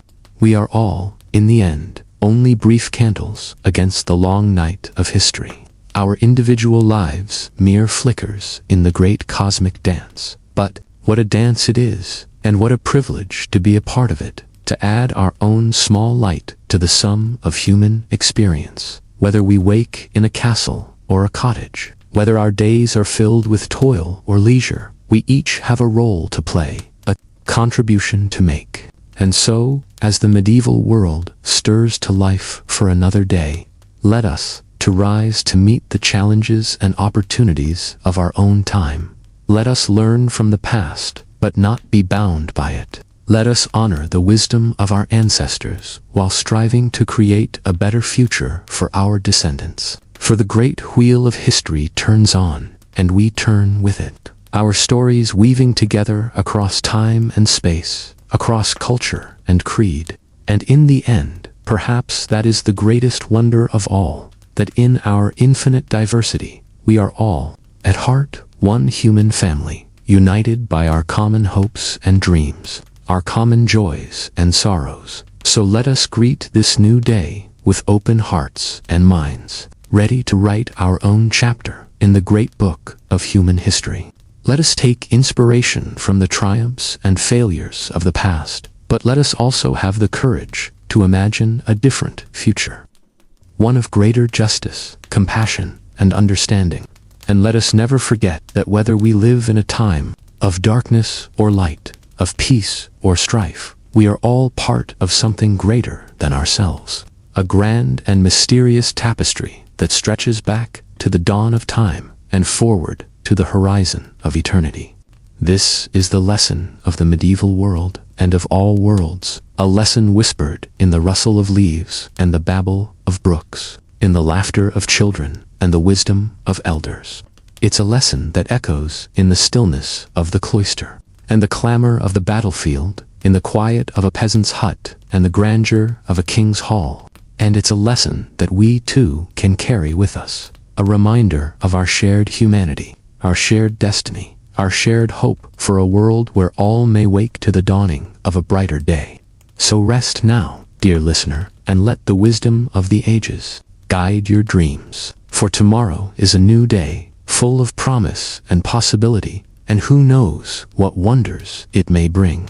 Good night, and may the peace of centuries past enfold you. May the hope of centuries yet to come inspire you. And may the love that binds us all across all times and all places forever light your way as the day ends. You return to your humble cottage, your body aching from the long hours of toil in the fields. The setting sun casts a warm glow over the thatched roofs of the village, and the air is filled with the sounds of livestock being herded into pens for the night. You sit down to a simple meal of stew and bread with your family, the flickering light of the hearth casting dancing shadows on the walls. The conversation turns to the events of the day, the progress of the harvest, the health of the animals, the latest news from the neighboring villages. As the night deepens, you climb into your straw bed, pulling a rough woolen blanket up to your chin. The sounds of the village fade away, replaced by the gentle crackle of the dying fire and the soft breathing of your family. Sleep claims you easily, your body and mind exhausted from the day's labors. But as you drift off, your thoughts turn to the wider world beyond your village, to the great lords and ladies in their grand castles, to the monks in their monasteries, to the merchants and craftsmen in the bustling towns. You may be just a simple peasant, but you are part of something much larger, a complex tapestry of social order and tradition that stretches back for centuries. The feudal system that governs your life is based on a strict hierarchy, with the king at the top, followed by the nobles, knights, clergy, and finally, the peasants, like yourself, at the bottom. It's a system that offers you protection and stability, but also demands your obedience and labor. The lord in his castle may seem distant and all-powerful, but he, too, has obligations to provide for the defense and justice of his people, and to honor his own vows of fealty to the king. These social bonds, whether between lord and vassal, or master and apprentice, are the glue that holds the medieval world together. They are reinforced by the teachings of the Church, which emphasizes faith, humility, and one's proper place in the God-given order. But even as you sleep, forces are at work that will begin to challenge and transform this age-old system. In the towns and cities, a new class is emerging, the burghers and merchants, who owe their wealth and status not to land and title, but to trade and commerce. Their world is one of guilds and charters, of contracts and loans, of the calculation, of profit and risk. They are a breed apart from the nobles, with their codes of chivalry and their disdain for the lowborn. And, as their economic power grows, so too will their political influence. At the same time, the Church, long the dominant force in medieval life, is facing its own challenges. The corruption and worldliness of some of its leaders is becoming harder to ignore, and voices of dissent are beginning to be heard. Voices that question the very foundations of papal authority. In the universities and monasteries, scholars are rediscovering the wisdom of the ancient Greeks and Romans, sparking a new interest in classical learning and humanist thought. They debate ideas that will come to shape the Renaissance and Reformation, ideas about the nature of man, the role of the individual, and the proper relationship between church and state. And on the horizon, a new power is rising, the power of the nation-state. As kings begin to assert their authority over the nobles and the church, they lay the foundations for the modern concept of sovereignty and centralized rule. But for now, these changes are still in their infancy, and the medieval worldview still holds sway. As you sleep, you are part of a society that is both deeply traditional and slowly evolving. A society that is about to be tested by plague, war, and religious upheaval. In your dreams, perhaps you catch glimpses of this future, of the towering cathedrals and bustling markets of the high Middle Ages, of the bloody battlefields, of the 100 Years' War, of the printing presses and explorers, ships that will carry medieval Europe into a new era. But for now, the rhythms of village life go on as they have for generations. The sun will rise again tomorrow, and with it, another day of work and worship, of joy and sorrow, of the timeless cycle of birth, life, and death. As you sink deeper into sleep, let your mind wander through the tapestry of medieval history, from the fall of Rome to the dawn of the Renaissance. Let the stories of kings and commoners, saints and sinners, wash over you like a gentle stream, and know that you, too, are part of this great human story, a story that is still being written, even as we speak. Your life, your struggles, your triumphs and defeats are woven into the fabric of history just as surely as those of the greatest lords and ladies. So rest now and let the medieval world be your lullaby. Let the soft glow of the hearth and the murmur of your family's voices carry you into a deep and dreamless sleep. And may you wake in the morning to face the new day with the same strength and resilience that carried your ancestors through the challenges of their age. For the medieval world may seem distant and strange to us now, but its echoes are still with us in the very foundations of our society and culture. And as long as we remember and learn from its lessons, it will never truly be lost. So sleep and dream, and know that you are part of a rich and enduring human tapestry. A tapestry that stretches back through the centuries and will continue on long after we are gone. Good night, and may your medieval slumber be filled with peace and wonder as the night deepens and the village sleeps. Let us turn our gaze to another figure who looms large in the medieval imagination. The knight. Born into the nobility, the knight is a warrior, a servant of his lord, and a paragon of chivalric virtue. From a young age, he is trained in the arts of war, in swordsmanship, horsemanship, and the code of honor that sets him apart from the common soldier. He learns to fight with lance and shield, to bear the weight of his armor, to face death and danger with courage and resolve. But the knight is more than just a warrior. He is also a symbol of the feudal order, a living embodiment of the values and ideals of medieval society. He is sworn to defend the weak, to honor his word, to serve his lord with loyalty and devotion. In times of peace, he participates in tournaments and jousts, displaying his prowess and valor for all to see. He courts noble ladies with poetry and song, striving to embody the courtly love ideal of the chaste and faithful servant. And in times of war, he is the backbone of his lord's army, the heavy cavalry that can break the enemy's lines and turn the tide of battle. He rides into combat with his banner fluttering overhead, his armor gleaming in the sun, his heart filled with the fierce joy of battle.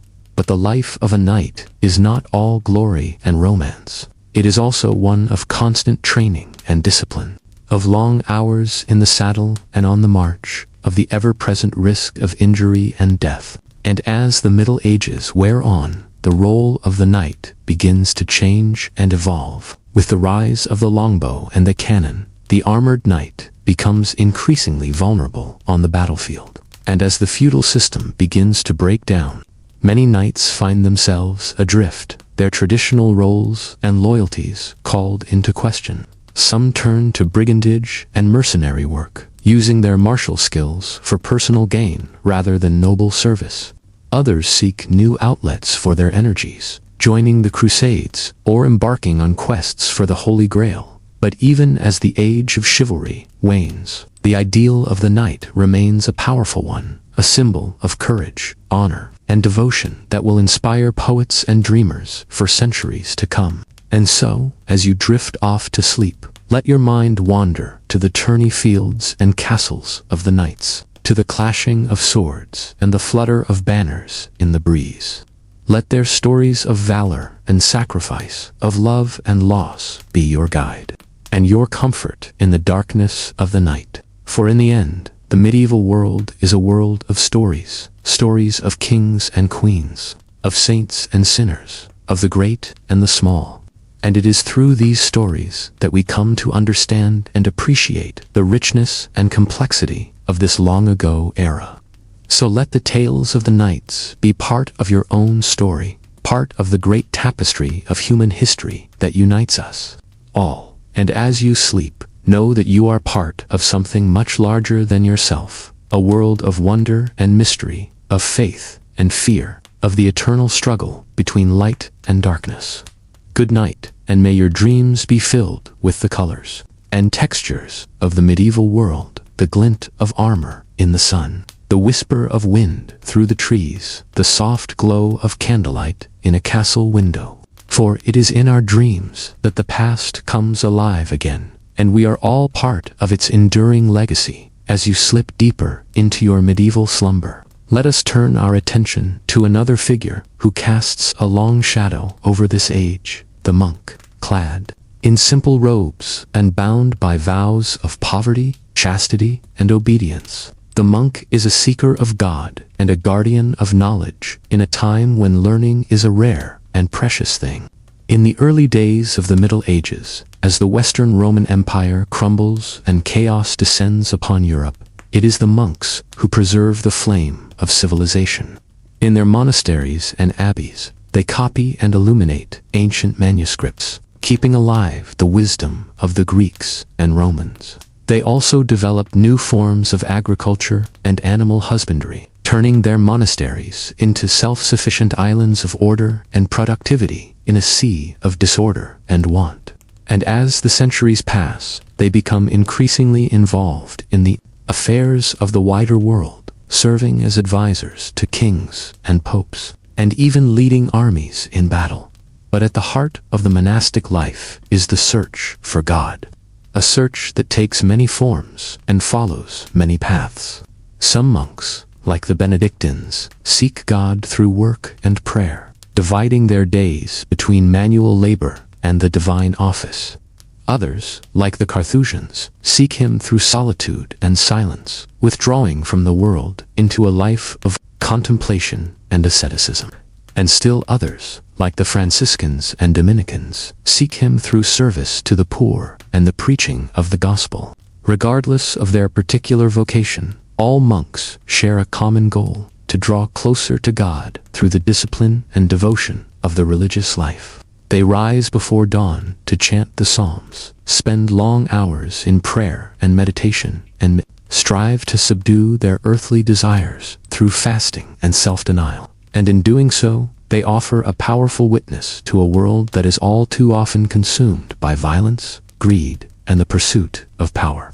They remind us that there is more to life than the fleeting pleasures of the flesh, and that true happiness and fulfillment can only be found in the love and service of God. As you drift off to sleep, let your mind wander to the cloisters and scriptoriums of the monks, to the sound of chanting voices and the scratch of quill on parchment. Let their example of devotion and discipline be a comfort and an inspiration. To you, a reminder that even in the darkest of times, there is always a light that guides us home. And know that you, too, are called to seek that light, to follow the path of truth and goodness wherever it may lead. For the medieval world may be a world of great darkness and great beauty, but it is also a world that points beyond itself to the eternal truths that lie at the heart of all human striving. So rest now and let the peace of the monastery enfold you like a cloak. Let the prayers of the monks be your lullaby, and the love of God be your guiding star.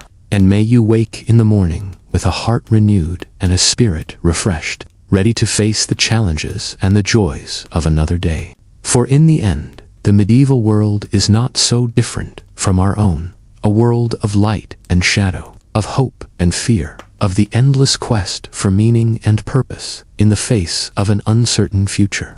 And it is only by embracing that quest, by seeking the truth with all our hearts and all our minds, that we can hope to find our way home. Good night, and may your dreams be filled with the beauty and the mystery of the medieval world, the soaring spires of the cathedrals, the gentle glow of the scriptorium, the quiet footsteps of the monks in the cloister. For it is in the stillness of the night that we come closest to the heart of God. And it is in His love that we find our true rest and our true home as the night wears on and the candles burn low. Let us turn our thoughts to one last figure who looms large in the medieval imagination, the merchant. Born of the bustling cities and towns of Europe, the merchant is a new kind of man, one who owes his wealth and status not to land or title, but to his own wits and industry. In a world dominated by the feudal order, the merchant is an outsider, a man who moves between worlds and classes with ease. He travels the trade routes of Europe and beyond, bringing back exotic goods and ideas from distant lands. In the cities, he is a man of influence and power, a member of the growing middle class that will one day challenge the dominance of the nobility. He is a master of the art of the deal, a shrewd negotiator who knows how to turn a profit and protect his interests. But the life of a merchant is not without its risks and challenges. The roads are dangerous, beset by bandits and thieves, and the seas are treacherous, with storms and pirates lurking around every corner. And in the cutthroat world of commerce, one false move can mean ruin and disgrace. To succeed, the merchant must be cunning and adaptable, always ready to seize opportunity and avoid danger. He must navigate the complex web of guilds and monopolies that control trade in the cities and forge alliances with the powerful and the influential.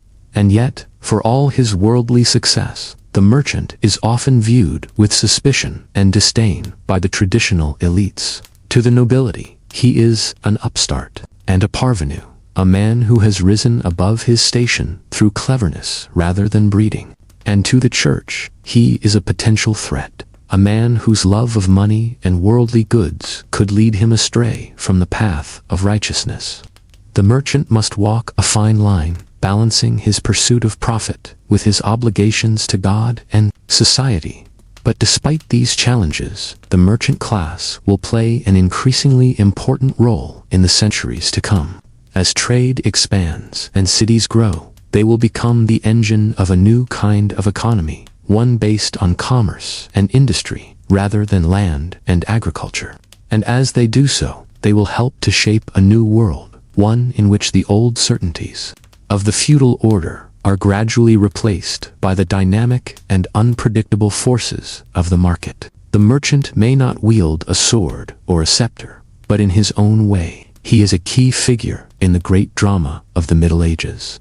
So, as you drift off to sleep, let your mind wander to the bustling markets and counting houses of the medieval cities, to the sound of haggling voices and clinking coins. Let the stories of the merchants be your guide and your inspiration, a reminder that even in the darkest of times, there is always room for hope and opportunity. And know that you, too, are part of this great tapestry of human endeavor. A tapestry that stretches back through the centuries and will continue on long after we are gone. For the medieval world may be a world of great challenges and great rewards, but it is also a world that reminds us of the enduring power of the human spirit. So rest now and let the dreams of the merchants be your lullaby. Let their tales of adventure and adversity, of risk and reward, carry you into a deep and peaceful slumber.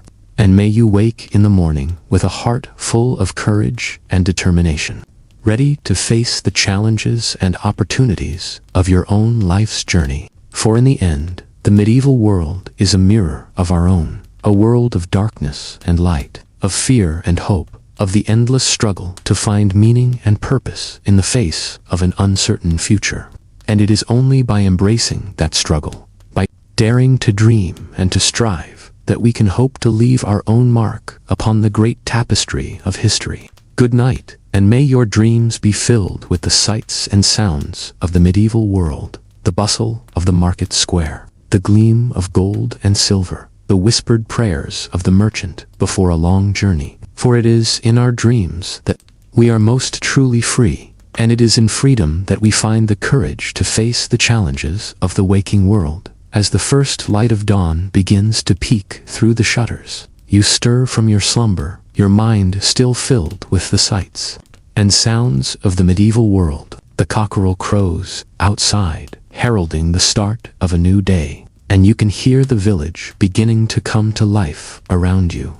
You lie still for a moment, savoring the warmth and comfort of your bed, the quiet peace of the early morning, and as you do so, you reflect on the journey you have taken through the pages of history. From the humble peasant to the lofty king, from the pious monk to the worldly merchant, each of these figures has shown you a different face of the medieval world, a different way of living and thinking and being, and each has left you with a deeper appreciation for the richness and complexity of this long-ago era, for the joys and sorrows, the triumphs and tragedies that marked the lives of our ancestors.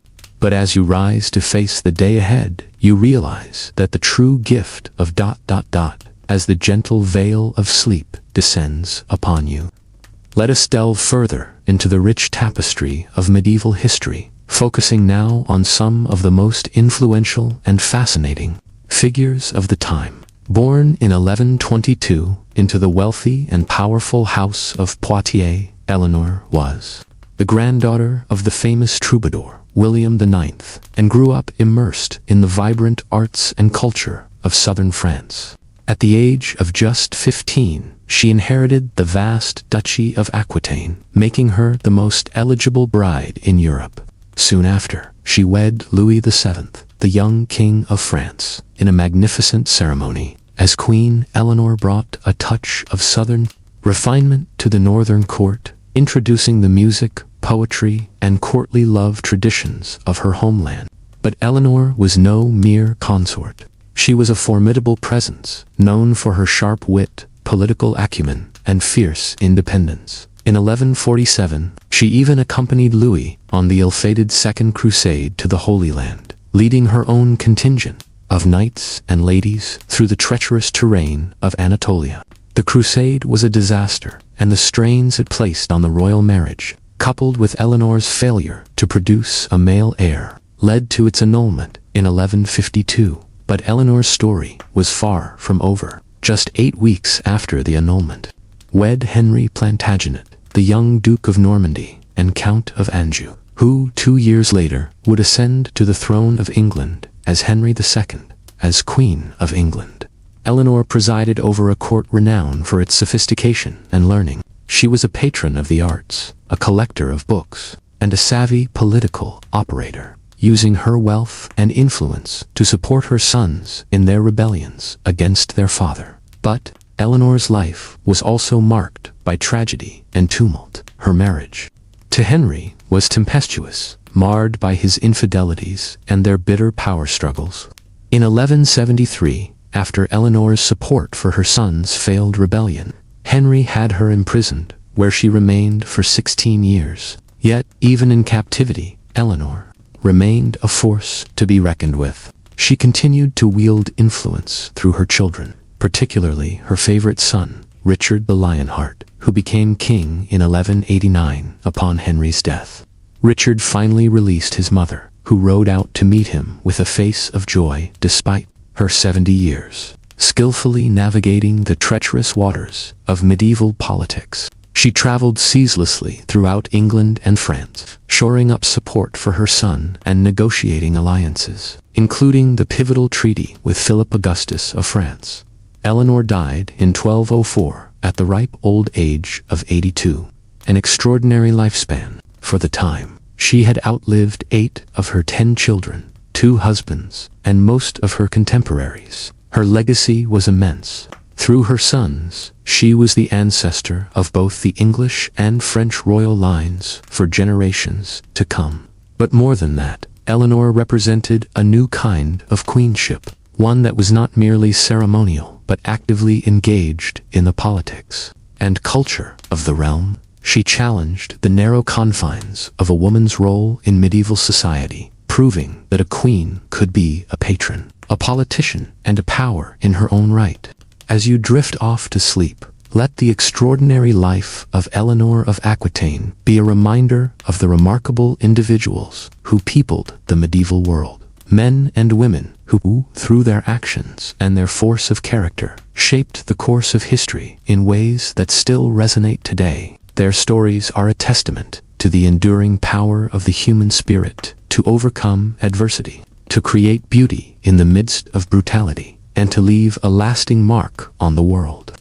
And as you slip into dreams, know that you, too, are part of this great human story, connected across time to those who came before and those who will come after. Another figure who loomed large in the medieval imagination was the great philosopher and theologian, Thomas Aquinas. Born into a noble Italian family in 1225, Thomas was a precocious child who, at the age of just 5, was sent to study at the famous Benedictine Abbey of Monte Cassino. But Thomas's heart was drawn to the new mendicant orders, particularly the Dominicans, who emphasized poverty, preaching, and intellectual rigor.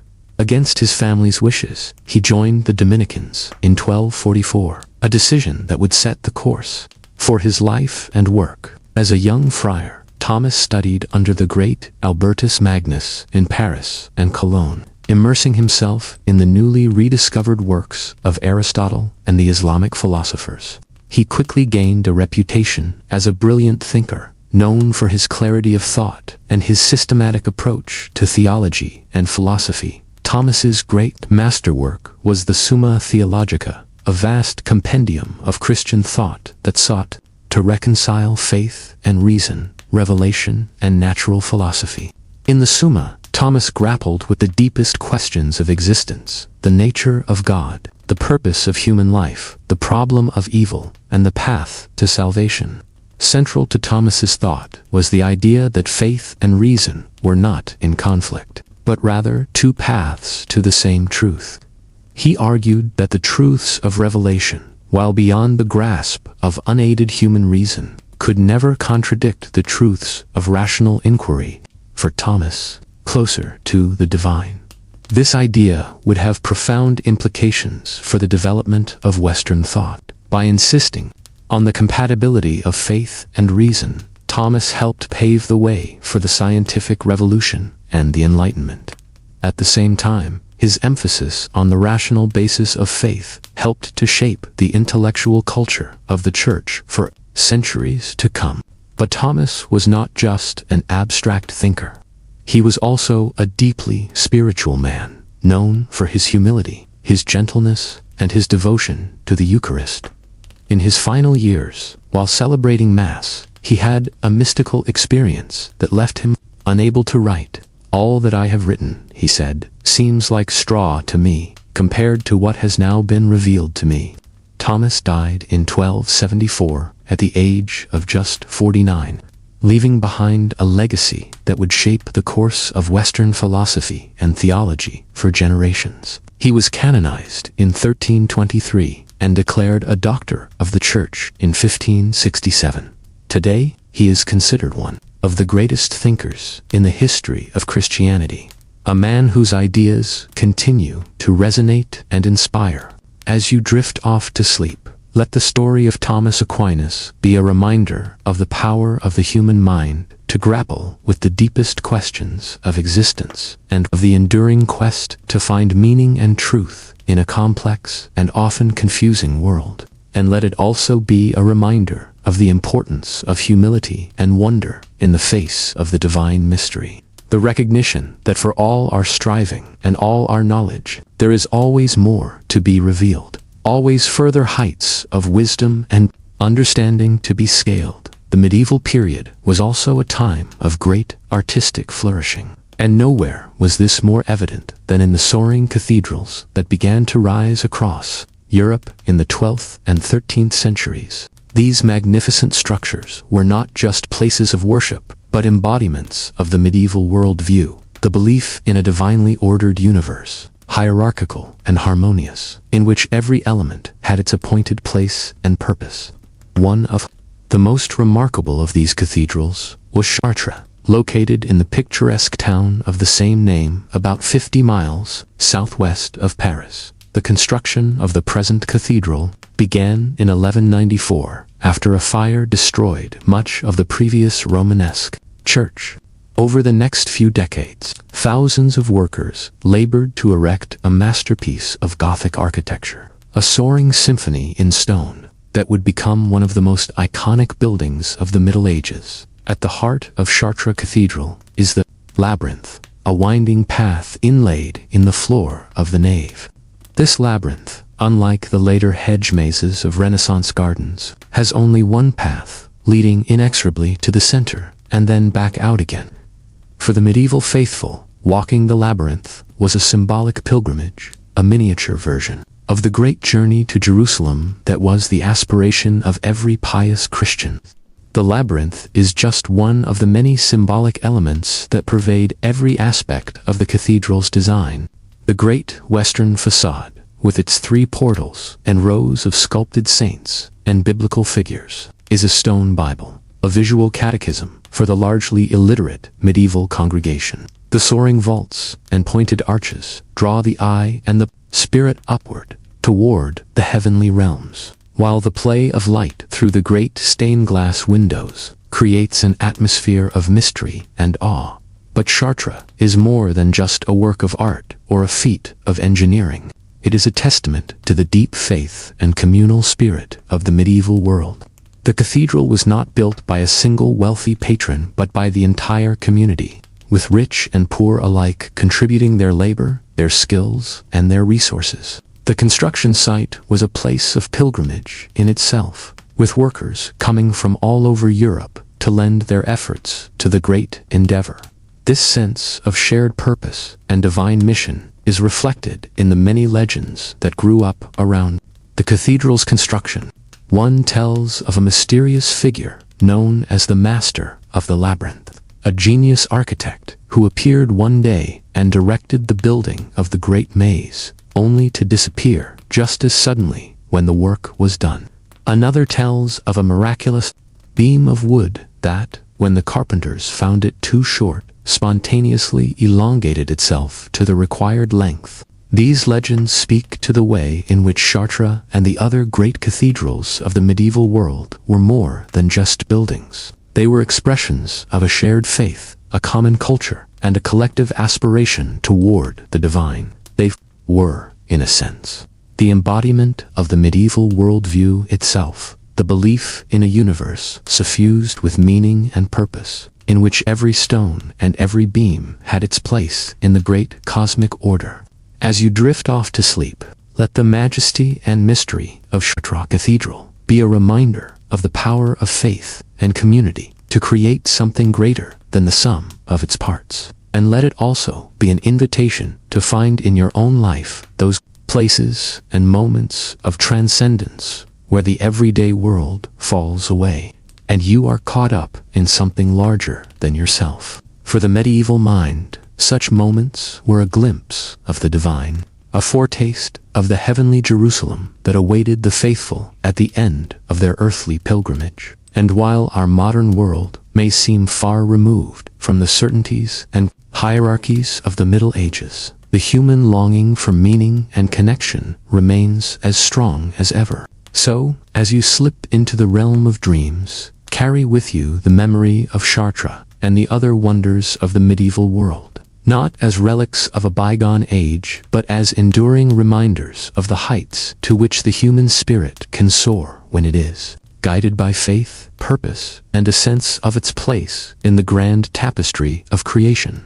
The medieval period was also an age of great learning and scholarship, despite the popular image of the era as one of ignorance and superstition.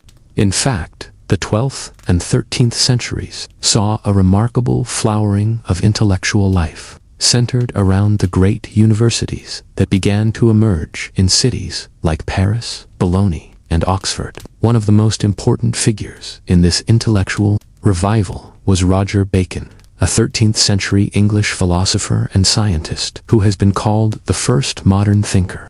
Born into a wealthy family in 1214, Bacon studied at Oxford and Paris before joining the Franciscan order in 1247 as a friar. He devoted himself to the study of nature and the pursuit of knowledge, working tirelessly to expand the boundaries of human understanding. Bacon was a true polymath, with interests ranging from mathematics and optics to linguistics and alchemy. He was one of the first Western thinkers to argue for the importance of empirical observation and experimentation in the study of nature, and he made significant contributions to the fields of optics and astronomy, including a detailed description of the use of lenses for magnification. But Bacon was also a man ahead of his time, and his ideas often brought him into conflict with the authorities of his day. He was a vocal critic of the narrow scholasticism that dominated much of medieval learning, arguing that true knowledge could only be attained through a combination of reason, observation, and divine revelation.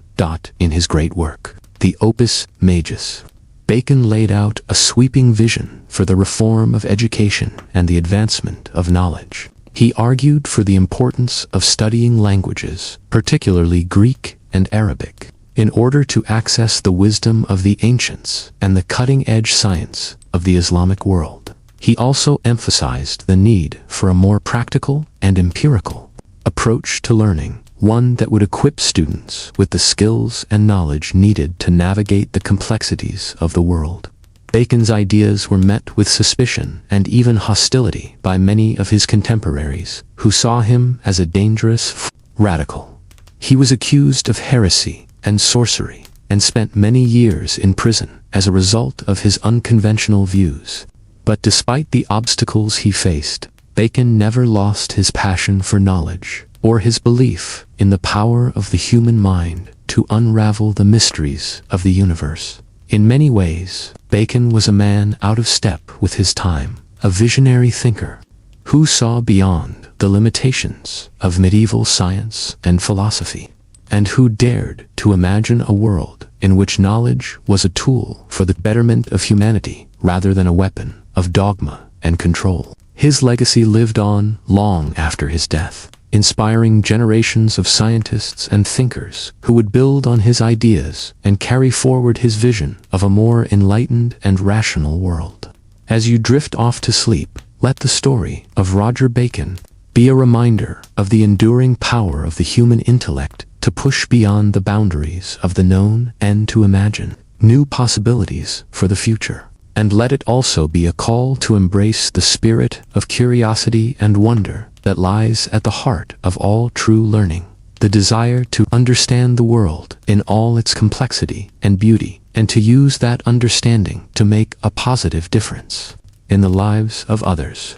For while the medieval world may seem distant and foreign to us today, the basic human impulse to explore, to discover, and to create is as strong now as it ever was. And as we navigate the challenges and uncertainties of our own time, we can draw strength and inspiration from the example of thinkers like Roger Bacon, men and women who dared to question the received wisdom of their age and who worked tirelessly to expand the frontiers of human knowledge and understanding. So, as you slip into the realm of dreams, carry with you the spirit of the great medieval thinkers, their curiosity, their courage, and their unshakable belief in the power of the mind to illuminate even the darkest corners of the universe. And know that in your own way, you, too, are part of this great and ongoing quest for truth and meaning. A quest that connects us across the centuries and reminds us of our common humanity. The figure of the knight looms, large in our popular image of the Middle Ages, a figure of chivalry and romance, of brave deeds and courtly love. But the reality of knighthood was often far removed from the idealized image of the storybooks.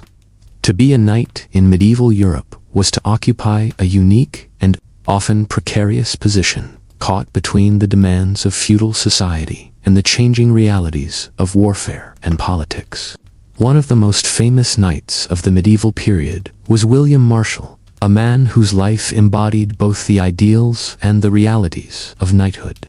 Born in 1146 into a minor noble family, William was given as a hostage to King Stephen of England. At the age of 5, a common practice in the feudal system, to ensure the loyalty of vassal lords. Despite this inauspicious start, William would go on to become one of the most celebrated knights of his age. He distinguished himself in tournaments and on the battlefield, serving under 5 English kings and earning a reputation as a paragon of chivalry and honor. He was a skilled diplomat as well as a warrior and played a key role in negotiating the peace between England and France in the early 13th century. But William's life was also marked by the harsh realities of medieval politics and warfare. He was captured and held for ransom several times and fought in numerous battles and campaigns across Europe and the Holy Land. He saw firsthand the brutality and chaos of the Crusades and the deep divisions within Christendom that they exposed. Despite these challenges, William remained true to his ideals of knighthood throughout his life. He was known for his loyalty, his courage, and his sense of fair play, even in the face of great adversity. He was a patron of the arts and a supporter of the church, and used his influence to promote justice and stability in a turbulent age. In many ways, William Marshal embodies the complex and contradictory nature of knighthood in the Middle Ages. On the one hand, knights were the embodiment of a high medieval ideal, brave, chivalrous, and devoted to the service of God and their feudal lords. They were the backbone of the medieval military system and played a key role in the expansion and defense of Christendom.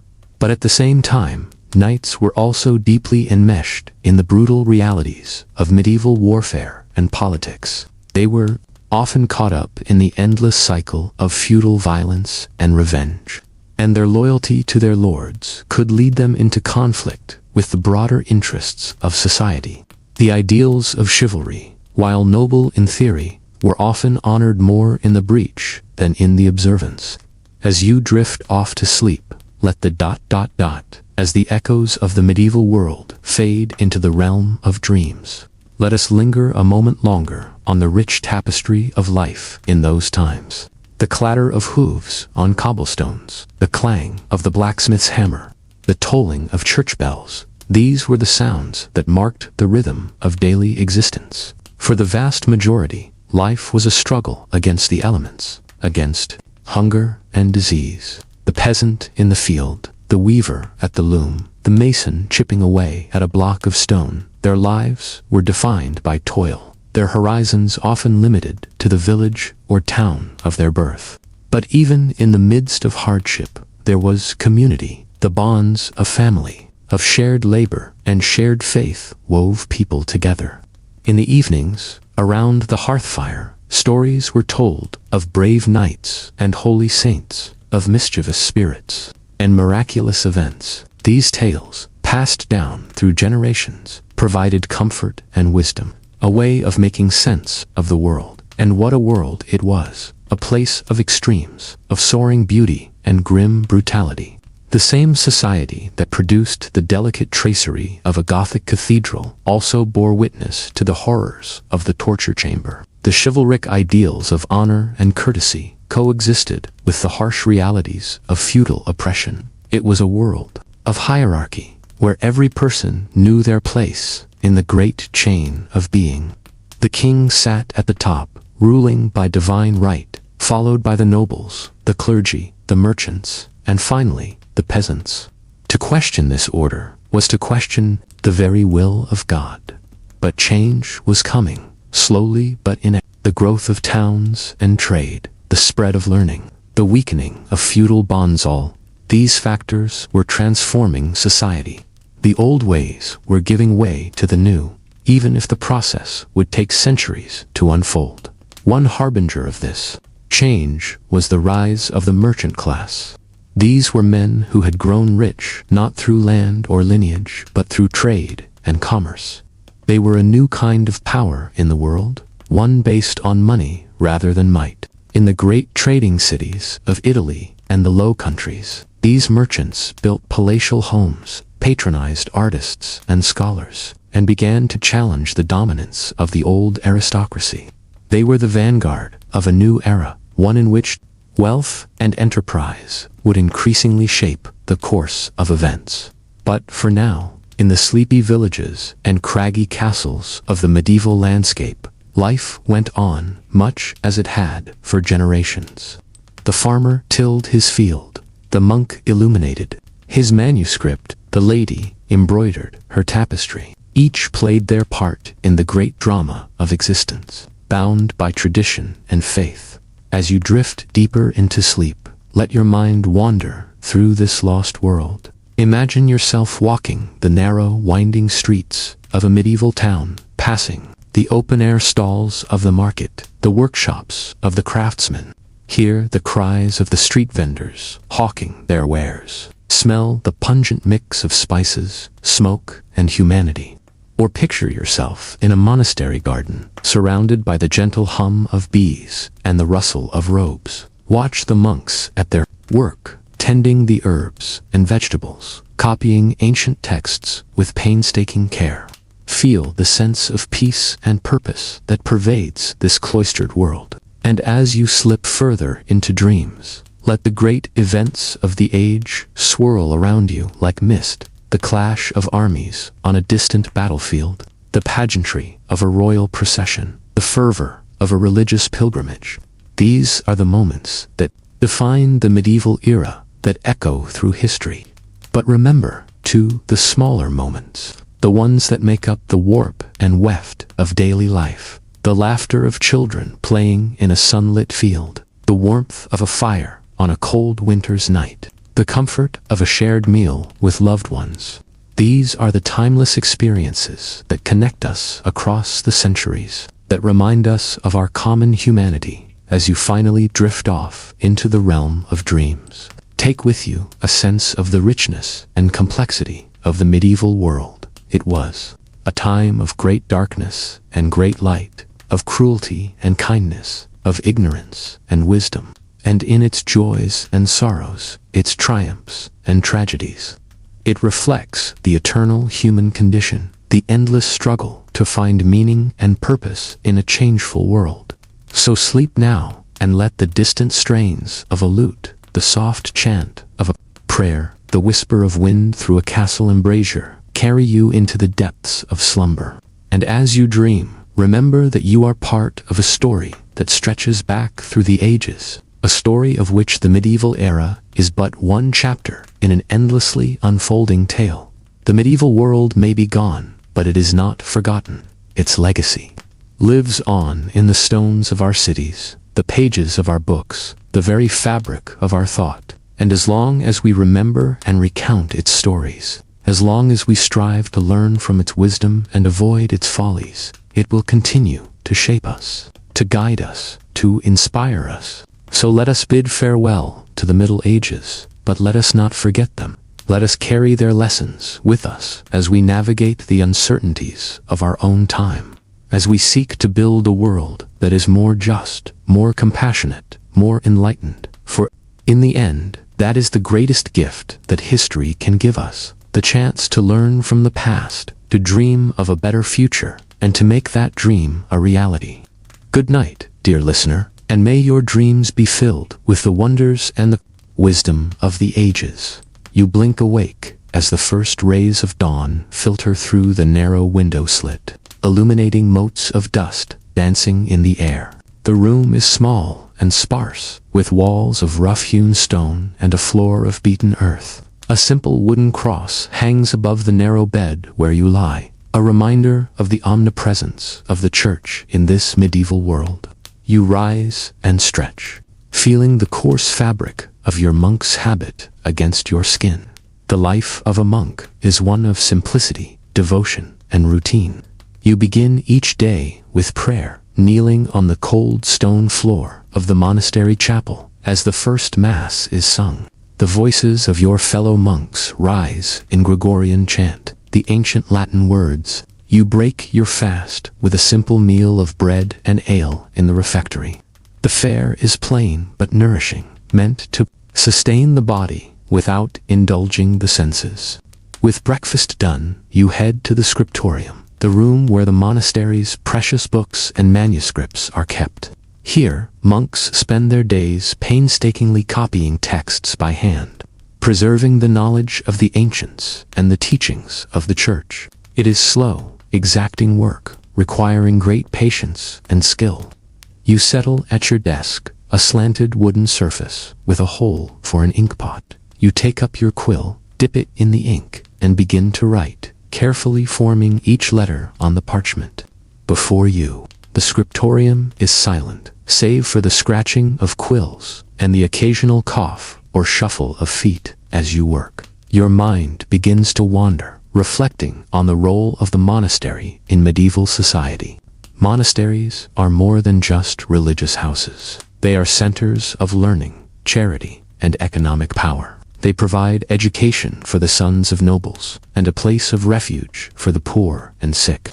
They also control vast tracts of land, granted to them by pious donors, which are worked by peasants in exchange for the monks' prayers and spiritual guidance. But not all is peaceful within the monastery walls. Politics and power struggles are as prevalent here as in any royal court. Ambitious monks vie for positions of authority, currying favor with wealthy patrons and influential bishops. It is time for the midday meal, a slightly more substantial repast of stewed vegetables, fish, and bread.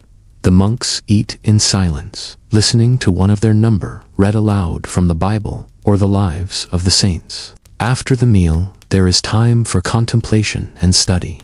You walk in the monastery gardens, enjoying the sun's warmth and the gentle buzz of bees in the herb beds.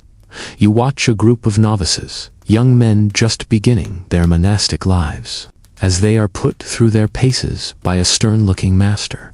They are learning the rule of Saint Benedict, the strict code that governs every aspect of monastic life. As the sun begins to set, you return to the chapel for vespers, the evening prayer service. The monks' chants are slower now, more contemplative. The flickering candlelight casts dancing shadows on the walls, creating an atmosphere of mystery and solemnity.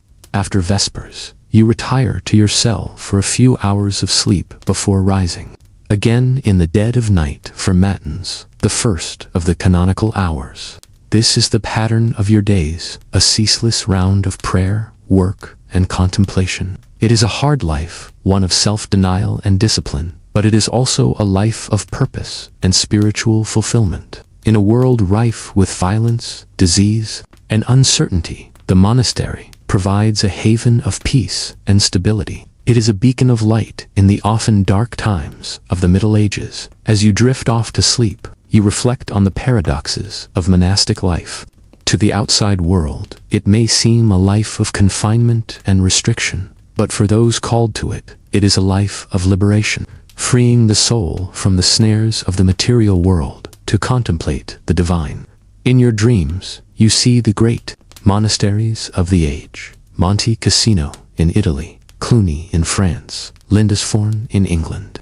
You see the monks at their labors, copying manuscripts, tending gardens, offering succor to the poor and weary.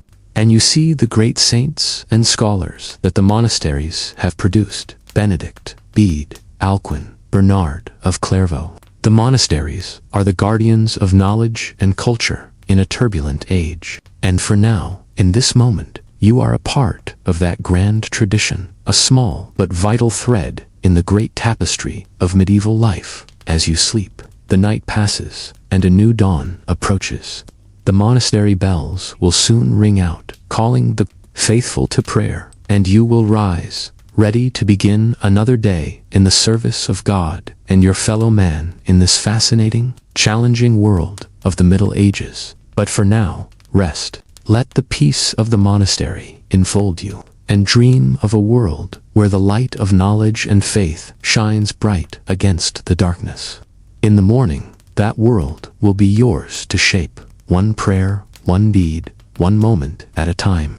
The scene fades, and you sink deeper into sleep, the medieval monastery dissolving into the mists of dreams. The chants of the monks echo in your mind, a soothing lullaby from a distant age. And as you sleep, the wisdom and lessons of that age settle into your soul, enriching and enlightening, even as the modern world seems so far away. For that is the magic of history. It is never truly past, but alive within us, shaping our present and our future in ways we may not always understand.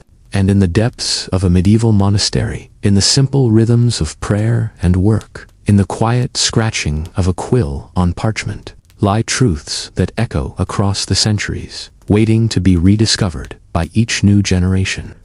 So sleep now, and let the medieval world be your guide and your companion through the realms of night. In the morning, you will awake, perhaps with a new understanding, a new appreciation for the richness and complexity of the human story. And the medieval monastery, with its chants and its bells, its saints and its scholars, will be a part of you, a reminder of the enduring power of faith, knowledge, and the indomitable human spirit. As the night deepens, the script comes to a close, leaving you to your dreams and the endless possibilities of the medieval world. And may you awake refreshed, inspired, and ready to embrace the day ahead. But the journey through medieval history is far from over. There are still many more tales to be told, many more characters to meet, many more lessons to be learned. And so, as you drift off into the welcoming embrace of sleep, know that the story continues, waiting for you to take up the quill and add your own chapter to the never-ending chronicle of human experience. Good night, dear listener, and may your in the realm of sleep and story and the enduring magic of the human imagination. Fare thee well and sleep in peace as the echoes of the medieval world fade into the mists of your dreams. Let's turn our attention to one of the most fascinating and influential figures of the era, a man who rose from obscurity to become the most powerful ruler in Europe, and whose legacy would shape the course of history for centuries to come.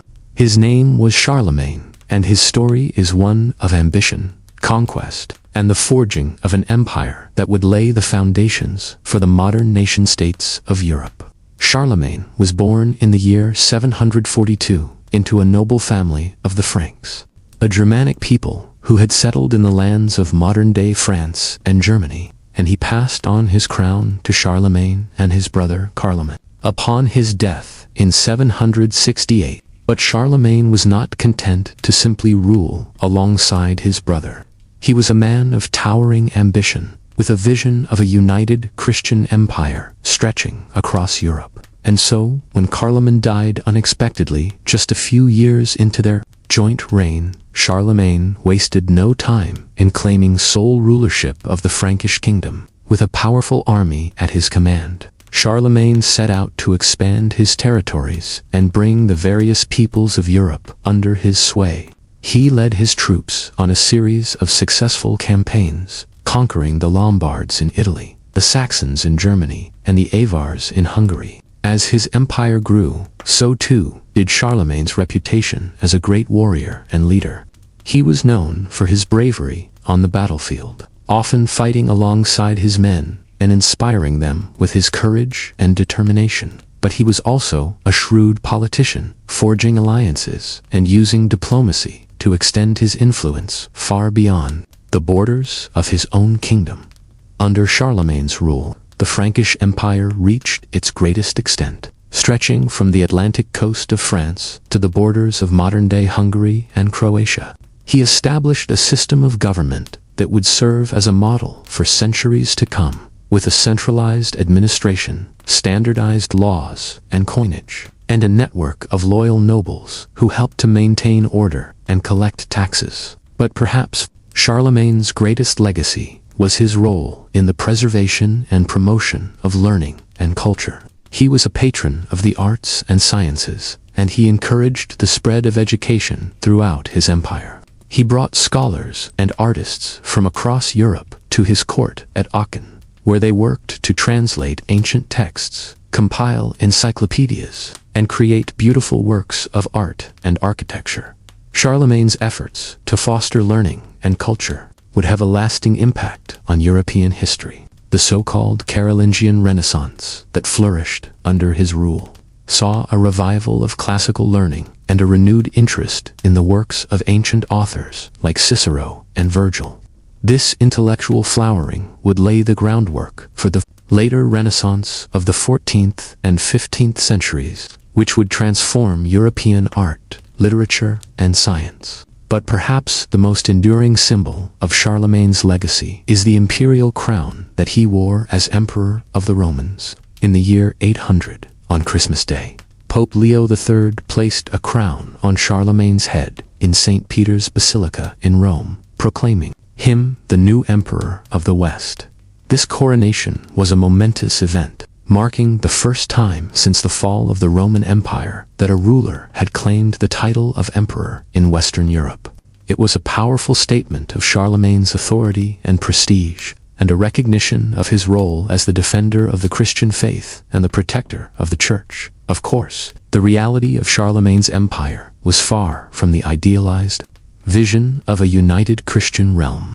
His conquests were often brutal, and his efforts to impose his will on the various peoples of Europe were met with resistance and rebellion. The empire he built would not long survive his death in 814, as his successors struggled to maintain control over the vast and desperate territories he had brought under Frankish rule. But despite the challenges and setbacks he faced, there is no denying the immense impact that Charlemagne had on the course of European history. He was a towering figure who left an indelible mark on the medieval world, shaping its politics, culture, and religion in ways that would resonate for centuries to come. As you drift deeper into sleep, let the story of Charlemagne be a reminder of the enduring power of vision, ambition, and leadership. For even in the darkest and most turbulent of times, there are those who rise above the fray to leave a lasting legacy that echoes through the ages. And so, as the last embers of the day fade into the cool embrace of night, let your mind wander back to that distant time, to a world of kings and emperors, of knights and castles, of faith.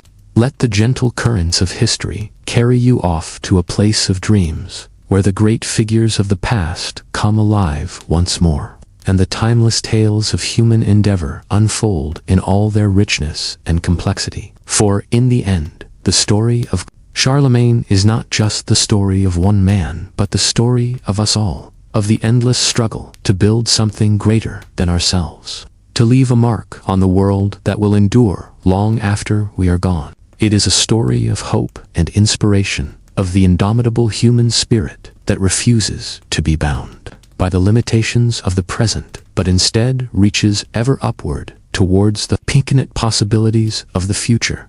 So let yourself be lulled by the soft whispers of the past as the great pageant of history plays out in your mind's eye.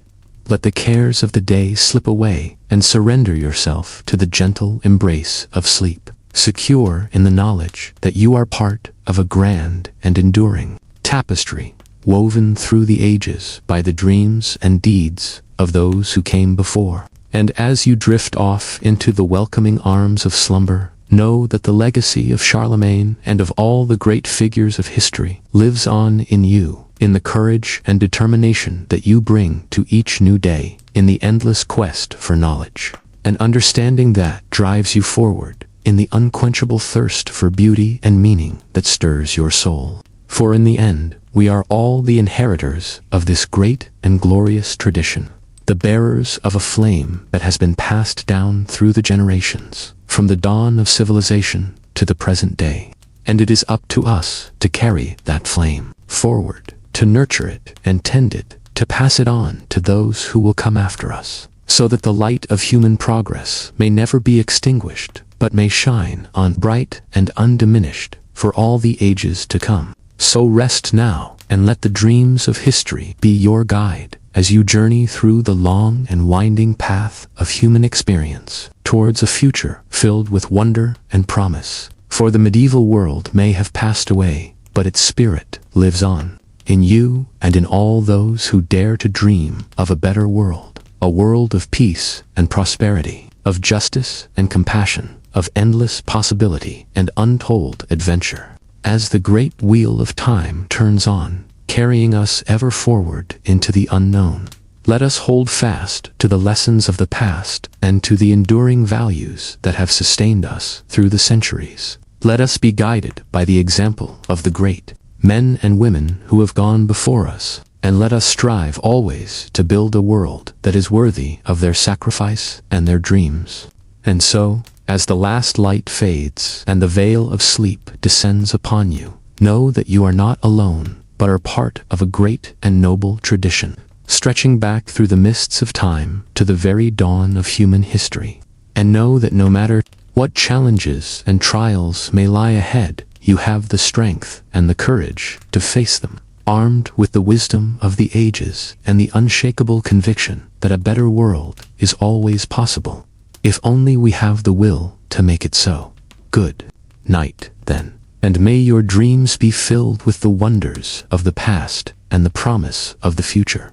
May you find rest and renewal in the gentle embrace of sleep, and may you awake refreshed and ready to take on the challenges of a new day, secure in the knowledge that you are part of a grand and glorious story, a story that will continue to unfold as long as there are those who dare to dream and to hope and to strive for a better tomorrow. As the dawn of the Renaissance brightens the horizon, the medieval world begins to fade into the mists of history. But before we bid farewell to this remarkable era, let us linger a moment longer, like a traveler savoring the last few steps of a long and wondrous journey.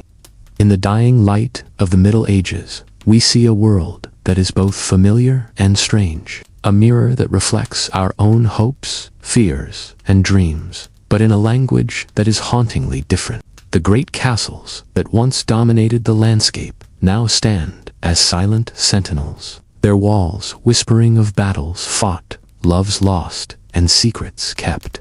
The mighty cathedrals, once the beating heart of medieval life, still reach towards the heavens, their spires, a testament to the unshakable faith that sustained our ancestors through the darkest of times. But even as the old ways begin to crumble, the seeds of the modern world are already taking root. The printing press, that revolutionary invention, is spreading knowledge to the masses like never before.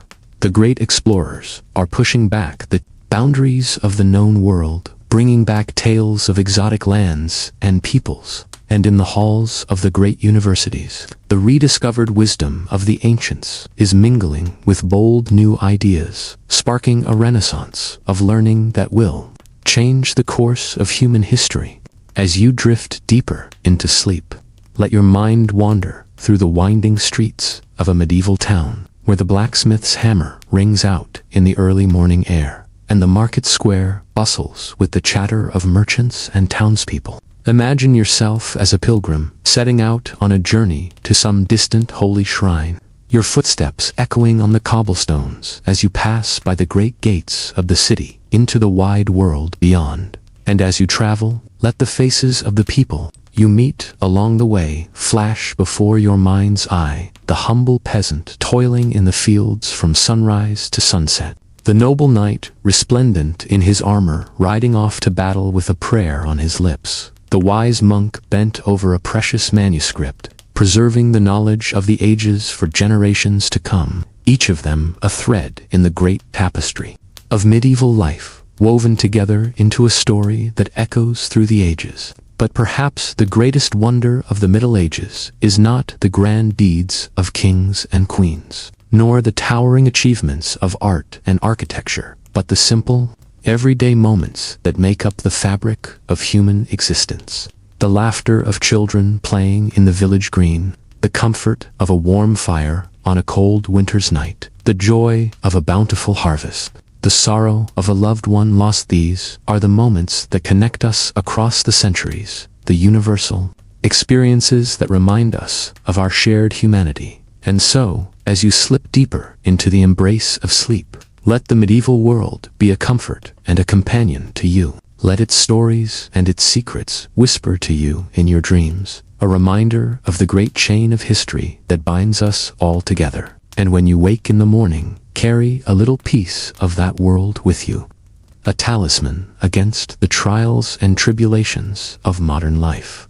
For in the end, the legacy of the Middle Ages is not just the castles and cathedrals, the kings and queens, the wars and plagues. It is the enduring spirit of humanity that shines through it all, the unquenchable spark of hope and resilience that has carried us through the darkest of times and will continue to guide us into the future. So let us bid a fond farewell to the medieval world, but let us never forget its lessons, its wonders, and its sorrows.